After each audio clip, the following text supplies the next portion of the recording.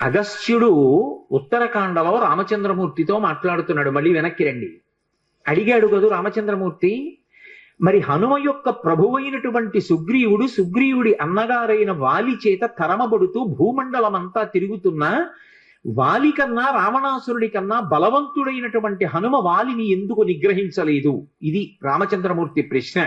దానికి అగస్త్య మహర్షి జవాబు చెప్పి అన్నారు, శ్రీరామాయణం యొక్క పట్టాభిషేక సర్గ కూడా పొదగబడినటువంటి యుద్ధకాండ కూడా దాటిపోయిన తరువాత ఉత్తరకాండ సాధారణంగా చదివేటటువంటి అలవాటు తక్కువగా ఉంటుంది.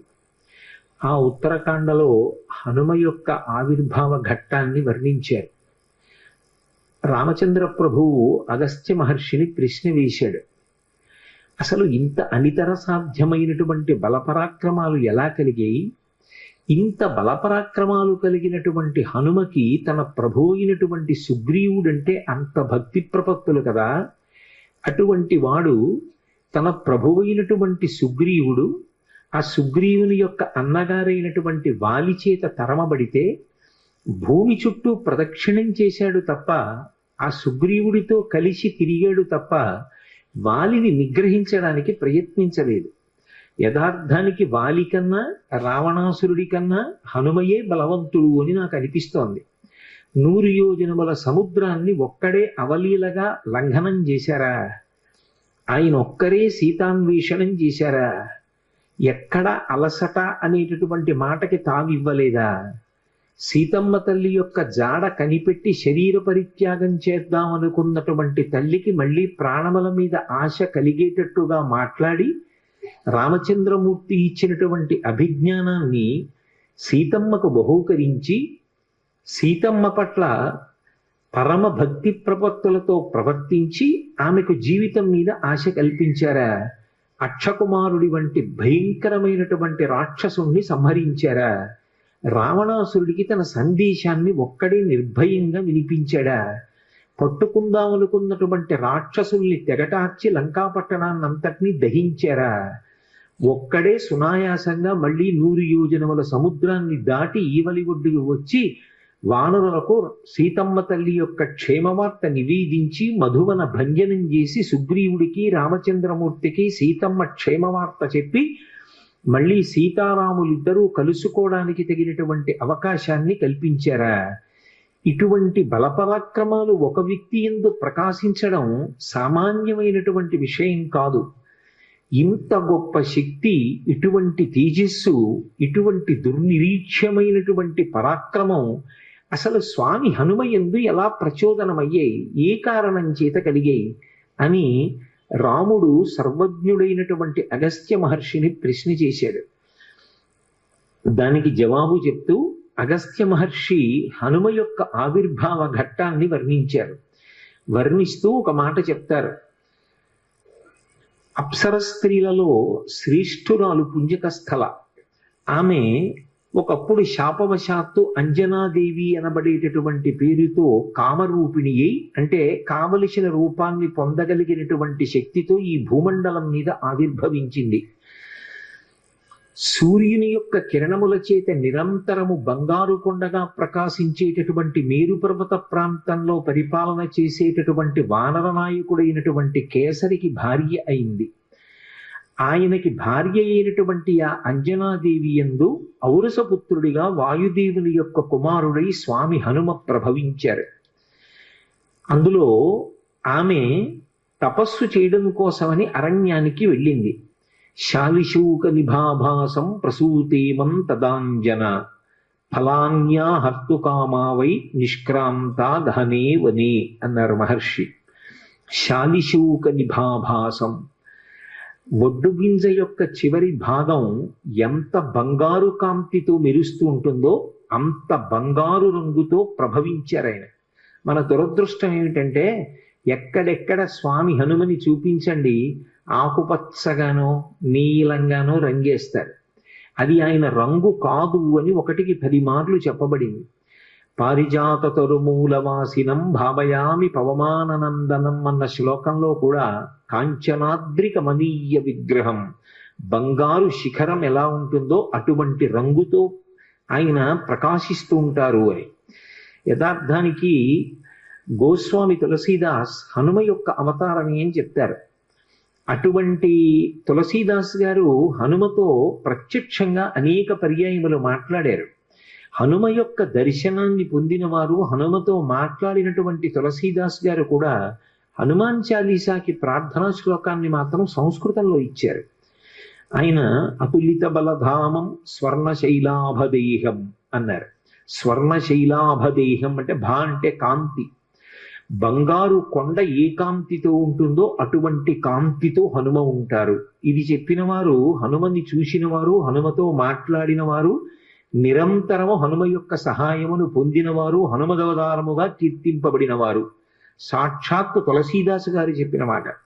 సరే, వాల్మీకి మహర్షి వేష్టితార్జున వస్త్రం తం విద్యుత్ సంఘాత పింగళం అంటూ అనేక పర్యాయములు ఆయనని మెరుగుల పోగు ఎలా ఉంటుందో అలా ఉంటారు అని వర్ణించారు. కాబట్టి శాలిశూక నిభాభాసం ప్రసూతేమం తదాంజన. ఆ అంజనాదేవి వడ్డుగింజ యొక్క చివరి భాగం పచ్చటి కాంతితో ఎలా మెరిసిపోతూ ఉంటుందో అటువంటి రంగుతో ఉండేటటువంటి బిడ్డన్ని కంది. ఫలాన్యాహర్తు కామావై నిష్క్రాంత గహనే వని. ఆమె ఆకలి తీర్చుకోవడం కోసమని ఏదో పళ్ళు సేకరిద్దామని అరణ్యంలో పక్క ఉన్నటువంటి చెట్ల దగ్గరికి వెళ్ళింది. ఈలోగా ఈ పుట్టినటువంటి పిల్లవాడు అనితర సాధ్యమైనటువంటి బలపరాక్రమములు ఉన్నవాడు. ఆయన యొక్క బలాన్ని వర్ణించడం ఎవరికీ సాధ్యం కాదు. పుట్టుకతోనే అంత గొప్ప బలం. అందుకే ఆయన ఆకాశం వంక చూశాడు. పుట్టిన పిల్లవాడికి కూడా మరి ఆకలి వేస్తుంది కదూ. ఆకలి వేసిన పిల్లవాడు తలెత్తి పైకి చూశాడు. చూస్తే బాలసూర్య బింబం కనపడింది. అప్పుడే ఉదయిస్తున్నటువంటి సూర్యబింబం. అది ఎర్రగా పండిన పండులా కనపడింది. శాఖామృగం వానరుడిగా ఉన్నారు ఉపాధి చేత. ఆ పండుని చూసి ఇదేదో తినేటటువంటి పదార్థం అనుకున్నారు. అనుకుని ఆయన వెంటనే ఆకాశ మార్గంలో సూర్యమండలం వైపుకి ఎగిరారు. ఇది అంత సామాన్యమైన విషయం కాదు. అందుకే ఆయన్ని కీర్తిస్తూ మనోజవం మరుతతుల్య వేగం అంటారు. మనస్సు యొక్క జవం ఎలా ఉంటుందో, గాలి యొక్క వేగం ఎలా ఉంటుందో అంత వేగము కలిగినటువంటి వారు హనుమ. అప్పుడే పుట్టిన పిల్లవాడు అంత వేగంతో సూర్యమండలం వైపుకి ఎడుతున్నాడు.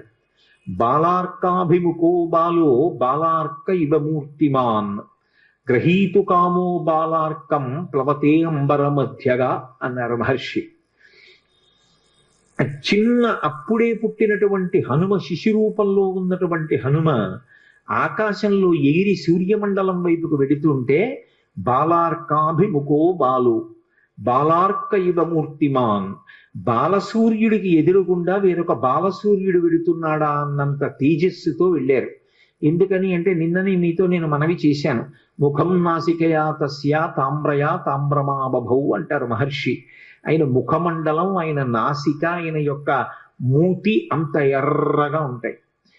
అరుణారుణ కాంతులతో ఉదయిస్తున్నటువంటి సూర్యబింబం కూడా అంతే ఎర్రగా ఉంది.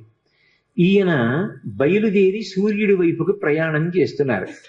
సూర్యుడి వైపుకి పిల్లవాడు వెళ్ళిపోతున్నాడు. కన్న తల్లి అంజనాదేవి పక్కనే పళ్ళు సేకరించడానికి వెళ్ళింది. పిల్లవాడికి ప్రమాదం జరుగుతుందేమో, సూర్యుని యొక్క కాంతి తట్టుకోలేక దహింపబడతాడేమో అని వెనక తండ్రి అయినటువంటి వాయువు అనుగమించారు. ఆ అనుగమించడంలో మంచు ఎలా ఉంటుందో అటువంటి చల్లటి వాతావరణాన్ని పిల్లవాడి చుట్టూ సృష్టించారు. ఇప్పుడు ఈ పిల్లవాడు సూర్యమండలం దగ్గరికి వెళ్ళి సూర్య బింబాన్ని పట్టుకున్నాడు. అయినా సూర్యుడు దహించలేదు. నిజానికి సూర్యుడు కాల్చేయాలి. కానీ ఆయన ఒక్కసారి ఆలోచించాడు. దేవతల యొక్క కార్యాన్ని తీర్చడానికి వచ్చినటువంటి మహోత్కృష్టమూర్తి ఈ పిల్లవాడి వలన ఎదర దేవతలకు, భక్తులకు ఎన్నో కార్యాలు జరగవలసి ఉన్నాయి. బాల్యచేష్టితంగా తెలిసి తెలియక ఎగిరి వచ్చి నన్ను పట్టుకున్నాడు. ఈ పిల్లవాణ్ణి నేను నా యొక్క తేజస్సు చేత దహించకూడదని ఉపసంహారం చేసి రక్షించారు. ఈలోగా అది పర్వం, గ్రహణ సమయం. సూర్యబింబాన్ని గ్రసించడం కోసమని రాహువు వచ్చాడు. ఎప్పుడైతే రాహు వచ్చాడో బాల్య చాపల్యం అని ఒకటి ఉంటుంది. పిల్లలు చూడండి, కాసేపు కమలాఫలం పట్టుకుంటారు, ఏదో పక్కన కాశ్మీర ఫలం కనపడింది అనుకోండి, దీన్ని వదిలేసి దాన్ని పట్టుకుంటారు. అలా సూర్యబింబాన్ని పట్టుకున్నటువంటి హనుమ పక్కన వచ్చినటువంటి రాహువుని చూసి వెంటనే సూర్యబింబాన్ని విడిచిపెట్టి ఆ రాహువుని పట్టుకోవడానికి వెళ్ళారు. ఇది చూసి రాహువు భయంతో పరుగు పరుగున ఇంద్రలోకానికి వెళ్ళాడు. ఇంద్రుడు సింహాసనం మీద కూర్చుని ఉన్నాడు. నీవు నాకు అవకాశం ఇచ్చావు, పర్వదినాలలో సూర్యచంద్రుల్ని నేను గ్రసించవచ్చు, కానీ ఇవాళ పర్వన్నాడు నేను సూర్యుణ్ణి గ్రసించడానికి వెళ్ళేసరికి నాకన్నా ముందే వేరొక పిల్లవాడు వానర రూపంలో ఉన్నటువంటి వాడు వచ్చి సూర్యబింబాన్ని గ్రసిస్తున్నాడు, కాబట్టి నువ్వు నీ మాట తప్పావన్నాడు. ఇంద్రుడు ఇది చేసినటువంటి నియమానికి వ్యతిరేకమైనటువంటి వ్యవహారం, కాబట్టి ఈ విషయాన్ని ఏదో నేను పరిష్కరిస్తాను అని వెంటనే ఐరావతాన్ని అధిరోహించాడు. అది 4 దంతములతో మదజలధారలతో ప్రకాశిస్తోంది, తెల్లటి ఏనుగు. అది ఎక్కి ఆయన సూర్యమండలం దగ్గరికి వచ్చాడు.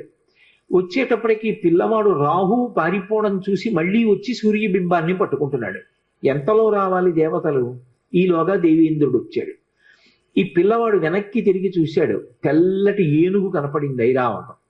ఇదేదో ఈ పండు బాగుంది, దీన్ని పట్టుకుందామని విడిచిపెట్టేసి ఆ సూర్యబింబాన్ని గబగబా వెళ్ళి ఐరావతాన్ని పట్టుకున్నాడు. ఉపేక్షించకూడదు అని తన వజ్రం తీసి ఆ పిల్లవాడి మీదకి ప్రయోగం చేశారు దేవేంద్రుడు. అది వచ్చి ఆయన ఎడమ దవడకి తగిలింది. తగిలితే ఎడమ దవడ విరిగిపోయి ఒక్కసారి సూర్యమండలం నుంచి కింద పడిపోయారు. కింద పడిపోయి ఓ పర్వత శిఖరం మీద పడి కింద పడిపోయారు అచేతనులై. ఆ ఎడమ దవడ విరిగిపోయింది కాబట్టి ఆయనకి హనుమ అని పేరు వచ్చింది. ఇందులో మీరు ఒక విషయాన్ని గమనించవలసి ఉంటుంది. అసలు సాధారణంగా అలా శరీరంలో ఏదైనా అవయవం విరిగిపోతే ఆ విరిగిపోయిన అవయవం పేరు మీదుగా పేరు పెట్టరు, ఎందుకంటే అది అంత శుభప్రదమైనటువంటి విషయం ఏం కాదు. కానీ లోకంలో అన్నిటికీ మినహాయింపులు ఉంటాయి. మామూలుగా మనం ఏది చెప్తామో దానికి ఒక విచిత్రమైన రీతిలో ఒక మినహాయింపుని పొంది విశేష శక్తిని ప్రసరించగలిగినటువంటివి కొన్ని ఉంటాయి. ఉదాహరణకి ఒక విగ్రహం భిన్నమైందనుకోండి, ఆ భిన్నమైనటువంటి విగ్రహాన్ని ఇంకా పూజించరు, ఆ విగ్రహాన్ని తీసేసి నీటిలో కలిపేస్తారు. మరి విశాఖపట్నంలో కనక మహాలక్ష్మి అమ్మవారు ఒక చెయ్యి తెగిపోయి ఉంటుంది అమ్మవారికి. మరి ఆవిడ ఎంత అనుగ్రహమూర్తి! అసలు ఈ మార్గశీర్ష మాసంలో విశాఖపట్నంలో కనక మహాలక్ష్మి అమ్మవారి యొక్క దేవస్థానం ఇసకేస్తే రాలదు, అంతటి అనుగ్రహప్రదాయిని. ఆ తల్లి పాదముల దగ్గరికి వెళ్ళి నమస్కరించాలి తప్ప ఆవిడ అనుగ్రహించలేనటువంటి విషయం లేదు. ఈ మధ్య కాకినాడలో నాకు అత్యంత ప్రాణ సమానమైనటువంటి మిత్రుడు, అతన్ని గుండె ఆపరేషన్ చేయడానికి థియేటర్లోకి తీసుకెళ్లారు అని చెప్పి డాక్టర్ గారు నాకు నా ఫోన్కి మెసేజ్ పెడితే, ఆయన్ని రక్షించుకోవడం నా చేతిలో ఉంటుందా? ఆ పరదేవత రక్షించాలి. పసుపు నీళ్లతో కనక మహాలక్ష్మి అమ్మవారికి అభిషేకం చేసే ఆ సమయంలో తిరిగి వచ్చాను, శుభవార్త విన్నాను. ఆ తల్లి గొప్ప అనుగ్రహప్రదాయిని. ఆ తల్లి ఏమి ఇవ్వలేదు, ఏదైనా ఇస్తుంది. బిక్కవోల్లో విఘ్నేశ్వరుడి యొక్క మూర్తిని చూడండి, భిన్నమైంది, కానీ ఆయన ఎంతటి అనుగ్రహప్రదాత! అసలు నిజానికి విఘ్నేశ్వరుడి యొక్క దంతం భిన్నదంతం. ఆయన ఎంతటి అనుగ్రహప్రదాత! సామాన్య సిద్ధాంతాలకి మినహాయింపులు. అలాగే హనుమ పేరు కూడా వచ్చింది. కాదు, ఇందులో ఒక గొప్ప తత్వం, ఒకటి రహస్యం దాగి ఉంది. విద్యారణ్య స్వాముల వారు శృంగగిరి పీఠాన్ని అధివసించారు. అపరశంకర భగవత్పాదులు అని పిలుస్తారు ఆయన్ని. అంతటి మహాపురుషులు. అసలు విద్యారణ్య స్వామి వారి యొక్క జీవితం గురించి వింటుంటే పరమాశ్చర్యకరంగా ఉంటుంది.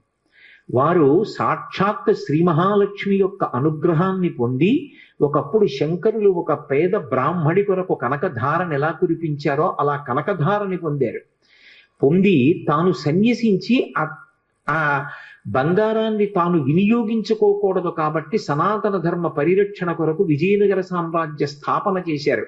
అందుకే ఇప్పటికీ శృంగగిరి పీఠాధిపతుల యొక్క బిరుదావళి పలికితే విజయనగర సామ్రాజ్య ప్రతిష్టాపనాచార్య అని పిలుస్తూ ఉంటారు. అంతటి మహాపురుషుడు. ఆ శృంగగిరి పీఠాన్ని అధివసించినటువంటి వాళ్ళల్లో మహానుభావుడైనటువంటి విద్యారణ్య స్వామి. అటువంటి విద్యారణ్య స్వామి వారు వేదానికంతటికీ భాష్యాన్ని ఇచ్చారు. ఇస్తున్నప్పుడు దానికి సంబంధించి ఒక విషయాన్ని తెలియచేశారు. అసలు వేదం పలకాలన్నా, వేద మంత్రాల్ని పలకాలన్నా, ఒక ఘనపాఠి కావాలి అన్నా, వాగ్దేవి యొక్క అనుగ్రహాన్ని పొంది ఒక విషయం మీద స్పష్టంగా చెప్పగలిగినటువంటి రీతిలో ప్రవచనం చెయ్యాలి అన్నా, భగవంతుని యొక్క అనుగ్రహము ఎక్కడ ఉంచబడుతుంది అంటే దవడల యందు ఉంచబడుతుంది అని. దవడలు అంతటి దైవదత్తములై అటువంటి బలాన్ని కలిగినవైతే తప్ప, ఆ తేజస్సుని నిలబెట్టుకోగలిగినవైతే తప్ప ఒక ఘనపాఠి అయి ఆ వేదమంత్రాన్ని అలా చదవడం సాధ్యం కాదు.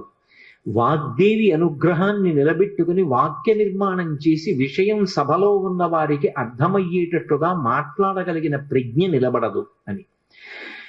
దవడ అంత గొప్పదిగా విద్యారణ్యుల చేత వర్ణింపబడింది. అటువంటి దవడ హనుమ విషయంలో పేరుకి కారణమైంది. ఇంద్రుడు వజ్రాయుధం పెట్టి కొడితే ఒకవైపు దవడ మాత్రమే విరిగింది. అంటే ఆయన దవడలు ఎంత శక్తివంతమైనవో ఆలోచించండి. అవి శక్తివంతమైనవి అని నేను అన్నప్పుడు కేవలము బాహ్యంలో బలమైనవి అని నా ఉద్దేశ్యం కాదు. ఆయన మాట్లాడే మాటలు అంత శక్తివంతములై ఉంటాయి. ఆయన యొక్క అనుగ్రహము అంత విశేషంగా ఉంటుంది. అందుకే మీరు శ్రీరామాయణాన్ని పరిశీలిస్తే రామచంద్రమూర్తి అంతటి వాడి చేత వాగ్వైభవానికి కితాబులు అందుకున్న వ్యక్తి స్వామి హనుమ. అంతటి మహానుభావుడు. అందుకే ఎడమ దవడ విరిగింది కాబట్టి, విరిగిన హనువు కలిగిన వారు కాబట్టి హనుమ అని పిలిచారు. అంజనాదేవి యొక్క కుమారుడు కనుక ఆంజనేయుడు అని పిలిచారు. వాయువు యొక్క కుమారుడు కనుక వాయుపుత్రుడు పవనసూతి అని పిలిచారు. వానరుల యొక్క నాయకుడు కనుక వానరాధీశుడు అని పిలిచారు. అనేకమైన పేర్లతో ఆయన కీర్తింపబడ్డారు. అటువంటి హనుమ యొక్క ఎడమ దవడ విరిగిపోగానే వాయువు 2 చేతులతో పిల్లవాడిని పట్టుకుని పర్వత గుహలోకి వెళ్ళిపోయాడు. వెళ్ళిపోయి పసిపిల్లవాడు, ఏమీ తెలియనివాడు, యుక్తాయుక్త విచక్షణ లేనివాడు, పరిపక్వత లేనివాడు, అటువంటి పిల్లవాడు తెలిసో తెలియకో సూర్యమండలం వైపుకి వెళ్ళినంత మాత్రం చేత భవిష్యత్తులో అందరికీ పనికొచ్చేవాడు అని సూర్య భగవానుడు ఉపేక్షించిన ఇంద్రుడు మాత్రం ముందు వెనకలు ఆలోచించకుండా వజ్రాయుధం పెట్టి నా కుమారుణ్ణి కొట్టాడు. కాబట్టి నాకు ఆగ్రహం కలిగింది అని ఆయన సమస్త భూతముల యందు కూడా తన యొక్క చలనాన్ని నిలుపుదల చేశాడు. అంటే సమస్త ప్రాణుల యందు కూడా వాయువు లోపల తిరుగుతూ ఉంటుంది. ఏదో ఊపిరి తీసి విడిచిపెట్టడమే కాదు, ఒక్కసారి ఊపిరి తీస్తే అది 10 వాయువులుగా విడిపోతుంది. ప్రాణ అపాన వ్యాన ఉదాన సమాన నాగ కూర్మ కృకర ధనంజయ దేవదత్తములు అని ఈ 10 పేర్లతో విడిపోయినటువంటి వాయువులో ఒక వాయువు ఈ శరీరం అంతా కూడా కదలడానికి, వంగడానికి, సంధిబంధములు నిలబడడానికి కారణమవుతుంది. దాని చేతనే శరీరం వంగుతుంది అని వేదాంత శాస్త్రం. కాబట్టి ఇప్పుడు ఆయన లోపల తిరగడం మానేశాడు, బయట తిరగడం మానేశాడు. ఇప్పుడు ఏమైంది? కాష్టభూతాన్ని జిగ్నిరే అన్నారు మహర్షి. కాష్టము అంటే కొయ్య. ప్రాణం పోయిన వ్యక్తి చూడండి, అప్పుడే చచ్చిపోయిన వ్యక్తి చెయ్యిలే అన్నారనుకోండి కదులుతుంది. కాసేపు అయిపోయింది అనుకోండి, కొంతసేపు అయిపోయిన తర్వాత కాష్టభూతం అయిపోతాడు. అంటే కొయ్య ఎలా అయిపోతుందో అలా అయిపోతాడు. ఓ కర్రని ఇట్నుంచి పట్టుకుని పైకెత్తితే మొత్తం కర్ర లేచినట్టు, శరీరం కాలు పట్టుకు పైకెత్తితే మొత్తం శరీరం పైకి లేచిపోతుంది. కారణం వాయు ప్రసరణం ఆగిపోతుంది అని శాస్త్రం. కాబట్టి కాష్టభూతాన్ని జిగ్నిరే, ఎవరు ఎలా ఉన్నారో అలాగే బిగిసిపోయారు. ఇప్పుడు దానివల్ల ఏమైంది అన్నారు, ధర్మచక్రం నిలబడిపోయింది. ఇది ఈ దేశం యొక్క గొప్పతనం. ఏదైనా ఆగచ్చు, ధర్మచక్రం ఆగకూడదు. ఆ ధర్మచక్రం తిరుగుతూనే ఉండాలి. ధర్మచక్రం తిరగడానికి ప్రతివాడు తన ధర్మాన్ని తాను పాటించాలి. ఎందువల్ల ఆగిపోయింది అన్నారు. స్వాహాకారము, వషట్కారము, స్వాధ్యాయము ఆగిపోయి. స్వాధ్యాయము అంటే వేదం చదువుకోవడం. వేదం గురువు గారు చెప్పాలన్నా, శిష్యుడు పలకాలన్నా దవడలు కదలాలి. దవడలు కదలకుండా ఆగిపోయాయి సమస్త ప్రాణులకు. ఎందువల్ల? హనుమ యొక్క దవడ విరిగింది, అందరి దవడలు ఆగిపోయాయి. ఆగిపోతే స్వాధ్యాయం ఆగిపోయింది. అసలు వేదం చెప్పేవాడు చెప్పడానికి అవకాశం లేదు, వేదం నేర్చుకునేవాడు పలకడానికి అవకాశం లేదు. వషట్కారం ఆగిపోయింది. వషట్కారం అంటే దేవతలకు హవిస్సు ఇస్తారు, వేదమంత్రాలు చెప్తూ హవిస్సుని అగ్నిహోత్రంలో ఇస్తారు. అలా ఇవ్వాలి అంటే మంత్రం చెప్పాలి. మంత్రం చెప్పాలంటే దవడలు కదలాలి. స్వాహ అన్న దగ్గరికి వచ్చేటప్పటికి ఆ హవిస్సు సృక్కు స్రవంతో ఇవ్వాలి అంటే చేతులు కదలాలి. ఇప్పుడు అలా కదలకపోతే హవిస్సు అగ్నిహోత్రంలో పడకపోతే దేవతలకు అన్నం దొరకదు. కాబట్టి ఇప్పుడు ధర్మచక్రం అంతా నిలబడిపోయింది. సంధ్యావందనం ఎలా చేస్తారు? సూర్యాస్తమయం అవుతోంది. మీరు సంధ్యావందనం చెయ్యాలంటే ఉద్ధరణి పట్టుకుని ఇలా చేతిలో వేసుకుని ఓం కేశవాయి స్వాహ అని పుచ్చుకోవాలా? ఎలా పుచ్చుకోవడం? చేతులు కదలకపోతే. ఎవరి ధర్మం వాళ్ళు పాటించడానికి అవకాశం లేదు, ఆగిపోయింది ధర్మచక్రం. ఒక్క వానర శిశువుకి కలిగినటువంటి ఆపదకి సమస్తమైనటువంటి దేవతలు ప్రాణులు తల్లడిల్లిపోయారు. అందరూ కలిసి దేవతలు పరుగున సృష్టికర్త అయిన చతుర్ముఖ బ్రహ్మగారి దగ్గరికి వెళ్ళారు. దిక్పాలులలో ఒకడైనటువంటి వాయువు యొక్క ఆగ్రహం చేత ఇవాళ ప్రాణులలో వాయు సంచారం లేదు.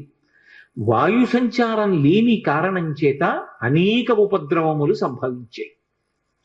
నిజంగా ఋషి ప్రోక్తమైనటువంటి విషయాలు చదువుతుంటే ఎంత గొప్పగా వర్ణిస్తారా అనిపిస్తుంది. వాళ్ళు ఒక మాట అన్నారు, ఏమిటి వాయువు యొక్క శక్తి అంటే, నమస్తే వాయు త్వమేవ ప్రత్యక్షం బ్రహ్మాసి అని మనం ఆయన్ని స్తోత్రం చేస్తూ ఉంటాం.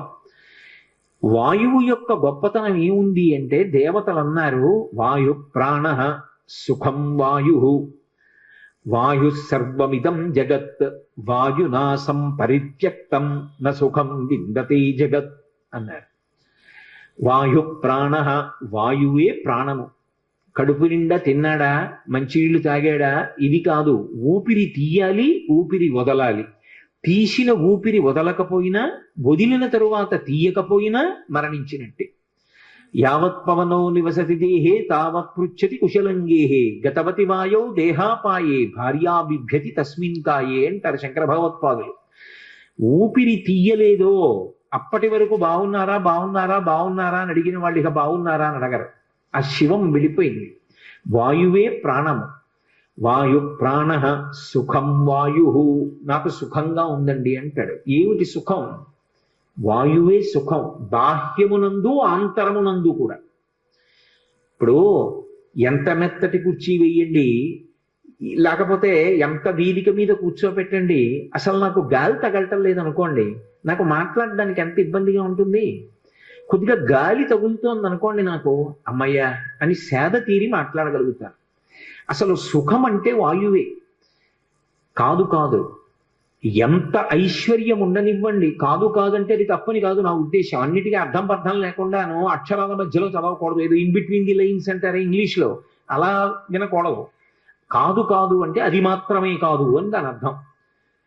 ఆ వాయువు యొక్క గొప్పతనం ఎక్కడున్నది అంటే, ఇంట్లో ఎంత ఐశ్వర్యం ఉండనివ్వండి, పచనం చేసినటువంటి పదార్థం ఇంట్లో ఎంత ఉండనివ్వండి, ఎంత మంచి ప్రాంగణంలో మీరు ఉండనివ్వండి, ఊపిరి అందట్లేదు అనుకోండి, ఎగ ఊపిరి వచ్చింది లేకపోతే దిగ ఊపిరి వచ్చింది, ఇక వాడికి సంతోషం సుఖం అన్న మాట ఏమైనా ఉంటుందా? కాసేపు కార్యక్రమం అయిపోయిన తర్వాత వెడదామని అంటాడా? ఇహ అనడు. అసలు సుఖము అంటే వాయువే. ఆ ఊపిరి సరిగ్గా అందకపోతే మనిషికి సుఖం ఉండదు, మనిషికి ఏ ప్రాణికి ఉండదు. కాబట్టి వాయు ప్రాణ సుఖం వాయు, వాయు సర్వమిదం జగత్. అసలు వాయువే ఈ జగత్. ఆ వాయువు లేనినాడు ఈ జగత్తు లేదు. ఎందుకన్నారు ఈ మాట? జ అంటే జాయతే, గ అంటే గచ్చతే.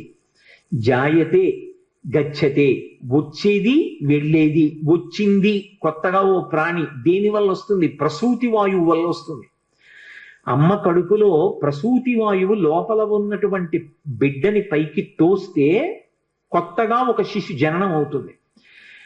అది పెరిగి పెద్దదైన తర్వాత అందులో ఊపిరి వెళ్ళిపోయి ఇక లోపలికి ఊపిరి పుచ్చుకోకపోతే ఆ ప్రాణి వెళ్ళిపోయింది. కాబట్టి ఇప్పుడు జగత్ అన్న మాట ఎక్కడుంది? వాయువునందే ఉంది. కాబట్టి వాయు సర్వమిదం జగత్ వాయునాసం పరిత్యక్తం న సుఖం విందతే జగత్. ఆ వాయువు కదలడం మానేసింది. లోకానికి సుఖం అన్న మాట లేదు, లోకమే లేదు, జగత్తు లేదు. కాబట్టి ఓ పితామహ, మీరు తొందరపడండి. వాయువుకి ఏ కారణం చేత ఆగ్రహం కలిగిందో ఆ ఆగ్రహాన్ని తీర్చండి. తీర్చి మళ్ళీ సమస్త భూతములు సంతోషపడేటట్టుగా చెయ్యండి. ఇప్పుడు బ్రహ్మగారే బయలుదేరాడు.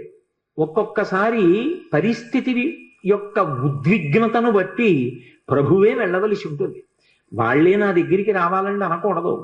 కాబట్టి ఇప్పుడు ప్రభువే చతుర్ముఖ బ్రహ్మగారే బయలుదేరి పర్వత గుహ దగ్గరికి వెళ్ళాడు. గౌరవము అనొక మాట ఉంటుంది. ఎంత గౌరవంగా ఉంటుందంటే, ఒక కావ్యాన్ని ఒక పురాణాన్ని మీరు పరిశీలిస్తే అంత మర్యాదగా ఉంటుంది. కోపం వేరు, కానీ యుక్తాయుక్త విచక్షణ వేరు. కోపం ఎప్పుడు దేనికి సాధనం కావాలి అంటే, తప్పు జరిగినప్పుడు ఆ తప్పుని దిద్దడానికి సాధనం కావాలి.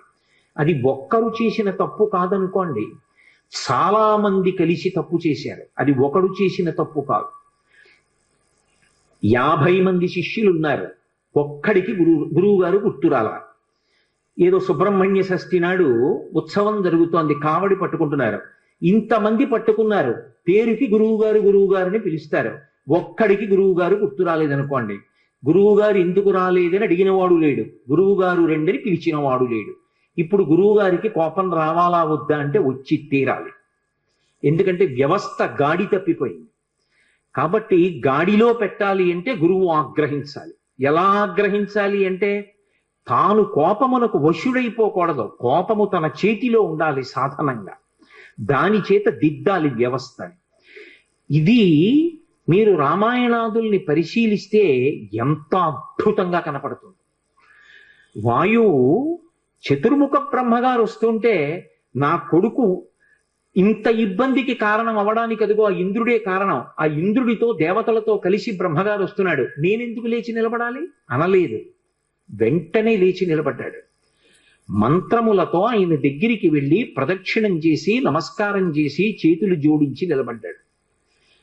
వెంటనే చూశాడు, ఏమి వాయుదేవా, ఏమి ఆగ్రహం, ఇదిగో యుక్తాయుక్త విచక్షణ లేని నా బిడ్డడు దేవతలందరికీ పనికి రావలసిన వాడు సూర్యమండలం వైపుకు వెళ్ళాడని కొట్టాడు ఇంద్రుడు, పడిపోయాడు.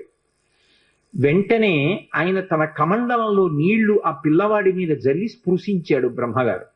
చతుర్ముఖ బ్రహ్మగారి యొక్క స్పర్శ కలగగానే ఆ పిల్లవాడు అప్పుడే పుట్టిన వాళ్ళ మళ్ళీ లేచి కూర్చున్నాడు.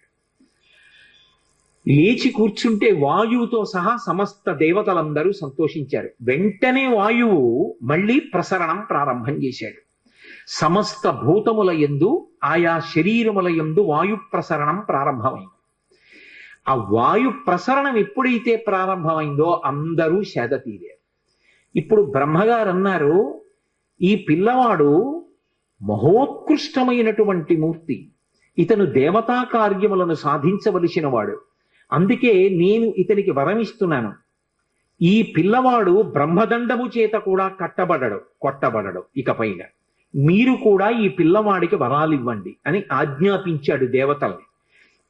సాధారణంగా వరమిస్తే దేవతలు ఏదో ఒక కోర్కె తీరేటట్టుగా ఇస్తారు, కానీ హనుమ విషయంలో చాలా విచిత్రమైన రీతిలో వరం ఇచ్చారు. ఆ దేవతలందరూ బయలుదేరారు. సూర్య భగవానుడు వచ్చి ఆయన అన్నాడు, ఈ పిల్లవాడికి నేను గురుస్థానం వహిస్తాను. ఒక గురువు దొరకడం అంటే జీవితంలో ఎంత గొప్ప విషయమో అర్థమవుతుంది. అందున ఇవాళ ఆదివారం కాదు, త్రయోదశితో ఉంది సూర్యోదయానికి. హనుమకి సూర్యనారాయణమూర్తి పేరు చెప్తే చాలు పరమ సంతోషం. ఎందుకంటే ఆయన గురువుగారే లోకంలో. అందుకని ఆ సూర్యనారాయణమూర్తి వచ్చి ఈ పిల్లవాడికి తగిన వయస్సు వచ్చిన తరువాత నేను శాస్త్రపాఠం చెప్తాను, ఇతనికి నేను గురువు అవుతాను. ఇంకంతకన్నా లోకంలో కావలసింది ఏముంటుందండి? అసలు తగిన గురువు లభించడం కన్నా అదృష్టం ఉంటుందా? సూర్యుడే వచ్చి గురువు అవుతానన్నాడు. కానీ అది తర్వాత ఎంత చమత్కారానికి దారి తీసిందో మీరు పరిశీలించవలసి ఉంటుంది. దేవేంద్రుడు వచ్చాడు, ఒక విచిత్రమైన కోరిక కోరాడు. ఈ పిల్లవాడిని నేను వజ్రాయుధం పెట్టి కొట్టాను, కొడితే కేవలం ఇతని ఎడమ దవడ ఒక్కటి విరిగింది. ఈ విషయం లోకానికి అంతటికీ తెలియడం కోసం వజ్రాయుధం పెట్టి కొడితే విరిగినటువంటి ఎడమ దవడ కలిగిన వాడు కాబట్టి హనుమా అని పిలవబడాలి. ఈ పిల్లవాడు ఇక పైన నా వజ్రాయుధము చేత ఎన్నడూ కొట్టబడడు, నా వజ్రాయుధం ఈ పిల్లవాడిని ఏమీ చెయ్యలేదు. వెంటనే యమధర్మరాజు గారు వచ్చాడు. ఆయన అన్నాడు, లోకంలో ఏ ప్రాణులైనా సరే నేను వేసినటువంటి యమపాశముల చేత శరీరాన్ని విడిచిపెట్టేస్తారు, జీవుడు ఉత్క్రమణం అవుతాడు. కానీ ఈ పిల్లవాడు యమపాశముల చేత కట్టబడడు. నా యొక్క అనుగ్రహం లేకపోతే రోగములు వస్తాయి, రోగముల చేత బాధపడతారు జనులు. కానీ ఈ పిల్లవాడి శరీరానికి ఎప్పుడు రోగం రాదు, ఏ రోగం లేకుండా ఎప్పుడు పరమ సంతోషంతో ఆనందంగా జీవనం చేస్తాడు. యమధర్మరాజు గారు వరం ఇచ్చాడు. వెంటనే వరుణుడు బయలుదేరి వచ్చాడు. ఆయన అన్నాడు, 10 లక్షల సంవత్సరముల తర్వాత కూడా నా వరుణపాశముల చేత ఈ పిల్లవాడు బంధింపబడడు, ఈ పిల్లవాడు నీటిలో మునిగిపోయినా ప్రమాదము జరగదు. నీటి యందు పిల్లవాడికి ప్రమాదము జరగకుండా వరుణపాశముల చేత కట్టబడడు అని నేను వరమిస్తున్నానన్నాడు. కుబేరుడు బయలుదేరి వచ్చాడు. వచ్చి ఆయన అన్నాడు, ఆయనకి ఒక కన్ను పచ్చగా ఉంటుంది, పచ్చటి కన్ను పెట్టుకుని ఉంటాడు కుబేరుడు. సరే, ఆ వృత్తాంతం అంతా వేరనుకోండి. కాబట్టి ఆ కుబేరుడు అన్నాడు, నా కుబేరుని యొక్క దండము చేత యక్షుల చేత ఈ పిల్లవాడు కట్టబడడం, నా శక్తి ఈ పిల్లవాడిని కట్టడానికి సరిపోదు అన్నాడు. పరమశివుడు వచ్చాడు, నా త్రిశూలము చేత కాని నా సంబంధమైన ఏ అస్త్రము చేత కాని ఈ పిల్లవాడు కట్టబడడం. విశ్వకర్మ వచ్చాడు. ఆయన అన్నాడు, సమస్తమైనటువంటి అస్త్రములు నా చేత నిర్మింపబడ్డాయి, శస్త్రములు నా చేత నిర్మింపబడ్డాయి. శస్త్రములు అంటే బాహ్యంలో చేత్తో పట్టుకుని కొట్టడానికి పొడవడానికి పనికొస్తాయి. శూలం, గద, కత్తి, డాలు, ఢమరకం, ఇలాంటి డాలు వంటివి. ఇటువంటి శస్త్రములు ఏవి కూడా ఇతని యందు పనిచేయవు. అంతేకాదు, ఏ అస్త్రాన్ని ప్రయోగించినా కూడా ఈ పిల్లవాడు అస్త్రము చేత కట్టబడడు. ధనుర్వేదంలో ఉన్న ఏ అస్త్రం ప్రయోగించండి, అది రౌద్రాస్త్రం, ఐంద్రాస్త్రం, వారుణాస్త్రం, ఏ అస్త్రమైనా సరే ఈ పిల్లవాడు అస్త్రముల చేత కట్టబడడం. ఇప్పుడు సృష్టిలో ఆయన అంతటి బలపరాక్రమములు కలిగిన వాడు వేరొకడు ఉన్నాడా ఎక్కడైనా? ఇక లేడు. అంతటి బలపరాక్రమములు కలిగిన వాడు ఎవరి చేత కట్టబడని వాడు. ఇంత శక్తి కోరుకుంటే కూడా బ్రహ్మగారు ఒక్కడికి కూడా ఇవ్వలేదు. అలాంటిది శాసనం చేసి దేవతలందరి చేత ఇప్పించారు. ఇప్పుడు ఇంత శక్తివంతుడయ్యాడు ఆ పిల్లవాడు. దేవతలందరూ అంతర్ధానం అయిపోయారు. వాయువు పిల్లవాడిని తీసుకెళ్లి తల్లి అంజనాదేవికి అప్పచెప్పి తాను వెళ్ళిపోయాడు. ఈ పిల్లవాడు మున్యాశ్రమాల్లో తిరిగి పెద్దవారు అవుతున్నాడు. అపారమైనటువంటి బలం, అపారమైనటువంటి తేజస్సు. ఇప్పుడు ఆ పిల్లవాడు ఏం చెయ్యాలి అంటే, బాల్యచేష్టితముల చేత ఏం చెయ్యాలో తెలియక ఆ మున్యాశ్రమాల్లో ఆరవేసుకున్నటువంటి మడిబట్టలు, నారచీరలు అన్నీ చింపేస్తుండేవాడు. అక్కడ ఉన్నటువంటి సృక్కులు, స్రువాలు మొదలైన వాటిని విరిచేస్తుండేవాడు. అక్కడ పెట్టినటువంటి మంగళ ద్రవ్యాలు, పేలాల పాత్రలు, ధాన్యం, ఆవు పాలు, పెరుగు, నెయ్యి, లాజలు, పేలాలు ఇలాంటివి కనపడితే ఆ పాత్రలన్నీ ఛిద్రం చేసేవాడు. యజ్ఞకుండాల్ని తిరగతోసేసేవాడు. ఇవన్నీ చూసి అంగిరసుని యొక్క వంశంలో వచ్చినటువంటి వాళ్ళు, భృగు వంశంలో వచ్చినటువంటి వాళ్ళు కొంతమంది మునులు ఆ పిల్లవాణ్ణి చూసి శీపురీనం రఘుశ్రేష్ఠ నాతి క్రుద్ధాతి మన్యవహ అన్నారు. ఎక్కువ కోపం పెట్టుకుని కాదు మనసులో వాళ్ళు శాపం ఇచ్చింది, వాళ్ళు ఏదో కోపంతో ఇవ్వలేదు. ఈ పిల్లవాడు ఇంత అల్లరి చేస్తున్నాడు, చేస్తుంటే ఎప్పుడైనా ఎవరికైనా కోపం వచ్చి చటుక్కున ఏదైనా ఇబ్బంది కలిగితే అలా కలగకూడదంటే ఈ పిల్లవాడికి తన బలం తనకి తెలియకుండా ఉండాలి, ఉంటే అల్లరి చేయడు అని ఈ పిల్లవాడిని వేరొకరు స్తోత్రము చేసే వరకు, అతని బలము అతనికి జ్ఞాపకం చేసే వరకు ఈయన బలము ఈయనకు జ్ఞాపకము ఉండకుండుగాక అని శపించారు. ఎలా? శేపురీనం రఘుశ్రేష్ఠ నాతి క్రుద్ధాతి మన్యవః యథాతే స్మర్యతే కీర్తి తథాతే వర్ధతే బలం. మళ్ళీ ఎప్పుడు ఈయన్ని స్తోత్రం చేస్తారో, ఈయనకి ఇచ్చినటువంటి శాపాన్ని చెప్తారో, ఎప్పుడు ఈయన బలాన్ని ఈయనకి జ్ఞాపకం చేస్తారో అప్పుడు ఆయన బలం ఆయనకి వచ్చేస్తుంది. అగస్త్యుడు ఉత్తరకాండలో రామచంద్రమూర్తితో మాట్లాడుతున్నాడు. మళ్ళీ వెనక్కి రండి. అడిగాడు కదూ రామచంద్రమూర్తి, మరి హనుమ యొక్క ప్రభువైనటువంటి సుగ్రీవుడి అన్నగారైన వాలి చేత తరమబడుతూ భూమండలం అంతా తిరుగుతున్నా వాలి కన్నా రావణాసురుడి కన్నా బలవంతుడైనటువంటి హనుమ వాలిని ఎందుకు నిగ్రహించలేదు? ఇది రామచంద్రమూర్తి ప్రశ్న. దానికి అగస్త్య మహర్షి జవాబు చెప్పి అన్నారు, తెలియదు హనుమకి తన బలం తనకి తెలియదు కాబట్టి నేను వాలిని నిగ్రహించగలను అని తెలియక సుగ్రీవుడు పారిపోతుంటే ఆయన వెంట తాను కూడా పారిపోయాడు తప్ప తాను రక్షించే ప్రయత్నం చెయ్యలేదు. కానీ ఎప్పుడు మళ్ళీ తెలిసింది హనుమకి తన బలం తనకి అంటే సుందరకాండ ప్రారంభంలో, కిష్కింధకాండ చిట్ట చివర్లో సముద్రాన్ని దాటవలసి వచ్చినప్పుడు వానరములన్నీ వెళ్ళి ఆ సముద్రపు ఒడ్డున కూర్చున్నాయి. దక్షిణ తీరంలో లంకకి చేరాలి, ఉత్తర తీరంలో కూర్చుని ఉన్నారు వానరులందరూ. కొన్ని లక్షల వానరములు కూర్చుని ఉన్నాయి. ఎదురుగుండా 100 యోజనముల సముద్రం కనపడుతోంది. నేను దాటగలనన్నవాడు మాత్రం కనపడలేదు. 10 యోజనములు, 20 యోజనములు, 30 యోజనములు, 90 యోజనములు వెడతానన్నవాడే తప్ప 100 యోజనములు దాటి వెళ్ళగలనన్నవాడు లేడు. యువరాజు అంగదుడు లేచి అన్నాడు, నేను 100 యోజనముల సముద్రాన్ని గడచి వెళ్ళగలను, కానీ మళ్ళీ తిరిగి రాగలనో లేనో నమ్మకం లేదన్నాడు. కాబట్టి ఇప్పుడు 100 యోజనముల సముద్రాన్ని దాటి ఆవలి ఒడ్డుకి కాంచనలంకలో ప్రవేశించి మళ్ళీ క్షేమంగా తిరిగి రాగలిగినటువంటి జవసత్వములున్నవాడు లేడు. అందరూ చతికిలబడి కూర్చున్నారు. తన బలం తనకి జ్ఞాపకం లేదు కాబట్టి హనుమ కూడా కూర్చుని ఉండదు. అప్పుడు జాంబవంతుడు లేచాడు. జాంబవంతుడు చతుర్ముఖ బ్రహ్మగారు ఆవలిస్తే వచ్చినవాడు. అందుకని ఆయనది దీర్ఘాయుష్మంతుడు. అందుకే మీకు ద్వాపర యుగంలో కూడా కనపడతాడు. ద్వాపర యుగంలో కూడా వినాయక చవితి వ్రతకల్పంలో శ్రీకృష్ణ భగవానుడితో యుద్ధం చేస్తాడు. ఆ జాంబవంతుడు లేచి ఒక మాట అన్నాడు, నాయనా హనుమా, నీ బలాన్ని నువ్వు మరిచిపోయావు, నీ బలం నీకు జ్ఞాపకం లేదు. ఒకానొకప్పుడు శ్రీ మహావిష్ణువు వామనమూర్తిగా వచ్చి బలిచక్రవర్తి దగ్గర 3 అడుగులు దానం అడిగారు. ఇచ్చాను, నీకు కావలసిన భూమిని తీసుకో, కొలుచుకో అన్నాడు బలిచక్రవర్తి. వెంటనే ఆ చిన్న పిల్లవాడిగా వచ్చినటువంటి వామనమూర్తి తన యొక్క పాదముల చేత 3 అడుగుల భూమిని కొలవడం కోసమని ఒక పాదంతో ఈ భూమిని అంతటినీ కొలిచాడు, ఒక పాదంతో ఆకాశాన్నంతటినీ కొలిచాడు. 3వ అడుగు ఎక్కడ పెట్టను అన్నాడు.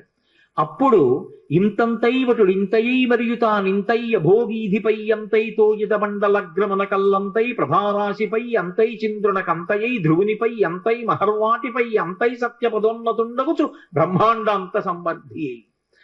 అంత పెరిగిపోయినటువంటి ఆ త్రివిక్రమ స్వరూపంతో పాటుగా అరణ్యములతో పర్వతములతో ఉన్నటువంటి ఈ భూమికంతటికి 21 మార్లు ప్రదక్షిణం చేశాను హనుమ. జాంబవంతుడు చెప్తున్నాడు. కానీ ఇప్పుడు ఓపిక లేదు, వెళ్ళలేను. నువ్వు సామాన్యుడివి కావు, కారణజన్ముడివి. నీ తల్లి ఒక అప్సర స్త్రీ, పుంజకస్థల. శాపవశాత్తు ఈ భూమి మీద అంజనాదేవి అన్న పేరుతో పుట్టింది. ఆమె నీ తండ్రి అయినటువంటి కేసరి యొక్క భార్య. వాయుదేవుడు ఔరసపుత్రుడిగా కేసరికి క్షేత్రజునిగా అనుగ్రహించాడు నిన్ను. అప్పుడు పుట్టినటువంటి కారణజన్ముడివి. పుడుతూనే శిశురూపంలో ఆకలిగొని ఉదయిస్తున్న సూర్యబింబాన్ని పండనుకొని పట్టుకోవడానికి వెళ్ళి ఇంద్రుని యొక్క వజ్రాయుధం చేత కొట్టబడి ఎడమదవడ విరిగి కింద పడితే విరిగిన దవడ కలిగిన వాడివి కనుక హనుమ అని పేరు పొందావు. అనేక పర్యాయములు గరుత్మంతుడు సముద్రం మీద వెళ్ళిపోతూ అందులో తిరిగేటటువంటి పావుల్ని తన్నుకుపోతుండగా నేను చూశాను. వైనతేయుడైనటువంటి ఆ గరుత్మంతుని యొక్క రెక్కలకు ఎంత గొప్ప శక్తి ఉందో, హనుమా వాయుపుత్రుడవైనటువంటి నీ యొక్క భుజములయందు కూడా అంత శక్తి ఉంది. నీ బలాన్ని నువ్వు జ్ఞాపకం తెచ్చుకో. ఒకప్పుడు ఋషుల యొక్క శాపకారణం చేత నీ బలాన్ని మరిచిపోయావు. ఇప్పుడు సమస్త వానర జాతి ప్రతిష్టని, వానర ప్రభువు అయినటువంటి సుగ్రీవుని యొక్క కార్యాన్ని నెరవేర్చడాన్ని, సుగ్రీవుడిచ్చినటువంటి మాట నిజమైంది అనేటట్టుగా సుగ్రీవుడి యొక్క ప్రతిష్టని నిలబెట్టడం, రామచంద్రమూర్తి కార్యాన్ని సాధించడం, సీతమ్మ తల్లి క్షేమవార్త తీసుకురావడం, ఇంతమంది వానరుల యొక్క ప్రాణాన్ని నిలబెట్టడం నీ చేతులలో ఉన్నాయి. హనుమ, వాయువు, గరుత్మంతుడు, నువ్వు, మీ ముగ్గురికే ఇంతటి వేగం ఉన్నది. అటువంటి నీవు ఇలా నిస్తేజుడిలా కూర్చోవడం మర్యాద కాదు. నీ బలాన్ని, నీ శక్తిని నువ్వు జ్ఞాపకానికి తెచ్చుకొని ఒక్కసారి లంఘించు అని ఆయన్ని పిలుస్తూ ఒక మాట అంటారు. హనుమాన్ హరిరాజస్య సుగ్రీవస్య సమోహ్యపి రామలక్ష్మణయోశ్చాపి తేజసాచ బలీనచ. ఇది జాంబవంతుడు చెప్పినటువంటి పరమ సత్యమైనటువంటి మాట. ఆయన అన్నాడు, ఓ హనుమ, హనుమన్ హరిరాజస్య, వానరములకన్నిటికీ రాజైనటువంటి ఓ హనుమ, సుగ్రీవస్య సమోహ్యపి, నువ్వు నీ వినయము చేత సుగ్రీవుడి దగ్గర ఒక మంత్రిగా సేవిస్తున్నావు, కానీ నువ్వు సుగ్రీవుడి కన్నా తక్కువ వాడవు కాదు. సుగ్రీవుడితో సమానమైనటువంటి బలపరాక్రమములున్నవాడివి. అది రామలక్ష్మణయోశ్చాపి, రామలక్ష్మణులు ఇద్దరూ ఎంతటి తేజోవంతులు బలవంతులో నీవు కూడా అంతటి వాడవే. తేజసాచ బలీనచ, తేజస్సు ఎందు బలము ఎందు ఆ ముగ్గురి కన్నా నువ్వు ఎంత మాత్రము తక్కువ వాడివి కావు. అటువంటి వాడివి ఇవాళ 100 యోజనముల సముద్రాన్ని దాటడం నీకు పెద్ద లెక్క కాదు. కానీ నీ బలాన్ని నువ్వు మర్చిపోయావు. హనుమ, ఉత్తిష్ట హరిషార్దూల లంఘయస్వ మహార్ణవం పరాహి సర్వభూతానాం హనుమన్యా గతిస్తవ అన్నాడు. ఉత్తిష్ట హరిషార్దూల, లే హనుమ, నీ శక్తిని జ్ఞాపకం తెచ్చుకో. లంఘయస్వ మహార్ణవం, ఈ సముద్రాన్ని చిన్న ఎద్దు పాదములో అడుగు వేస్తే అది చిన్న ముద్ర పడితే అందులోకి వచ్చి నీళ్లు నిలబడితే ఎంతుంటాయో నీ శక్తి ముందు ఈ సముద్రం అంతా. కాబట్టి ఈ సముద్రాన్ని లంఘించు. ఉత్తిష్ట హరిషార్దూల లంఘయస్వ మహార్ణవం పరాహి సర్వభూతానాం. ఇది హనుమ యొక్క గొప్పతనం. హనుమన్యాగతిస్తవ సర్వభూతానాం, ఈ సృష్టిలో ఎన్ని భూతములున్నాయో అన్ని భూతముల కన్నా కూడా వంతుడవు, గమనమునందు అటువంటి వేగమున్నవాడివి నువ్వే. పరాహి సర్వభూతానాం హనుమన్యా గతిస్తవ, నీ యొక్క వేగం అటువంటిది. అంతటి వేగమున్నవాడివి నువ్వు ఇవాళ ఇలా కూర్చోవడం బావులేదు, లే నీ బలాన్ని పుంజుకో అన్నాడు. ఎప్పుడైతే జాంబవంతుడు కీర్తించాడో వెంటనే హనుమ యొక్క శాపం నివారణమైపోయింది. ఇప్పటికీ తెలియక ఓ మాట అంటుంటారు, మనం ఆయన బలం ఆయనకి జ్ఞాపకం చేయాలండి అని. మనం జ్ఞాపకం చేయక్కర్లేదు, ఎప్పుడో ఆయన శాపం తీరిపోయి తన బలం తాను జ్ఞాపకానికి తెచ్చుకున్నారు కాబట్టే వెంటనే ప్రతిజ్ఞ చేశారు. లేచి నిలబడి, ఇక్కడి నుంచి నేను కాని సముద్ర లంఘనాన్ని ప్రారంభం చేస్తే నేను నా పాదములతో భూమిని దట్టించినప్పుడు ఈ భూమి ఊంచుకోలేదు. అందుకే మహేంద్రగిరి మీద నిలబడి అక్కడి నుంచి బయలుదేరి వెడతాను. నాకిప్పుడు ఎంత సంతోషంగా ఉందంటే, అపారమైనటువంటి వేగము కలిగినటువంటి బంగారు రెక్కలు అల్లారుస్తూ ప్రయాణించేటటువంటి గరుత్మంతుడు సముద్రం మీద తీవ్రమైన వేగంతో వెడుతూ పావుల్ని తన్నుకుపోతుంటే ఏకకాలంలో ఆ గరుత్మంతుడి చుట్టూ కొన్ని 100 పర్యాయములు ప్రదక్షిణం ఆచరించగలను. సముద్రానికి ఉత్తర తీరంలో నిలబడి వంగి ఉత్తర తీరాన్ని నా చేతితో స్పృశించగలను. గోష్పరీకృత వారాసిం మచకీకృత రక్షసం రామాయణ మహామాల రత్నం వందే అనిలాత్మజం. ఎద్దు పాదంలో నీరు నిలబడితే దాటడం ఎంత అవలీలగా దాటగలరో అంత అవలీలగా దాటగలను. ఈ పర్వతములతో, నదులతో, సముద్రంతో శోభిస్తున్నటువంటి ఈ భూమండలాన్నంతటినీ తిరగవేసి సముద్రంలో కలిపేయగలను. పర్వతాలనన్నిటినీ కూడా నా తొడల వేగంతో చూర్ణం చెయ్యగలను. ఆకాశాన్ని ఒరుసుకుంటున్నాడా అన్నట్టుగా ఆకాశ మార్గంలో ఈ సముద్రాన్ని దాటి ఆవలి ఒడ్డుకు చేరగలను. ఇప్పుడే బయలుదేరుతానని మహానుభావుడు బయలుదేరారు. అలా జాంబవంతుడు చేసినటువంటి ప్రార్థన చేత, ఆయన చేసినటువంటి స్తోత్రం చేత హనుమ యొక్క శాపము ఎన్నడో నివారణమైపోయింది. అటువంటి హనుమ సూర్యనారాయణమూర్తి ఇచ్చినటువంటి అనుగ్రహం మేరకు సూర్య భగవానుడికి శిష్యుడయ్యాడు. లోకంలో ఎందరో శిష్యులు ఉంటారు. గురువుగారి దగ్గర పాఠం నేర్చుకున్న వాళ్ళు, శాస్త్రం చదువుకున్న వాళ్ళు. కానీ అందరు శిష్యులు ఒకెత్తు, హనుమ ఒక్కరూ ఒకెత్తు. హనుమ వంటి శిష్యుడు లోకంలో ఉండరు.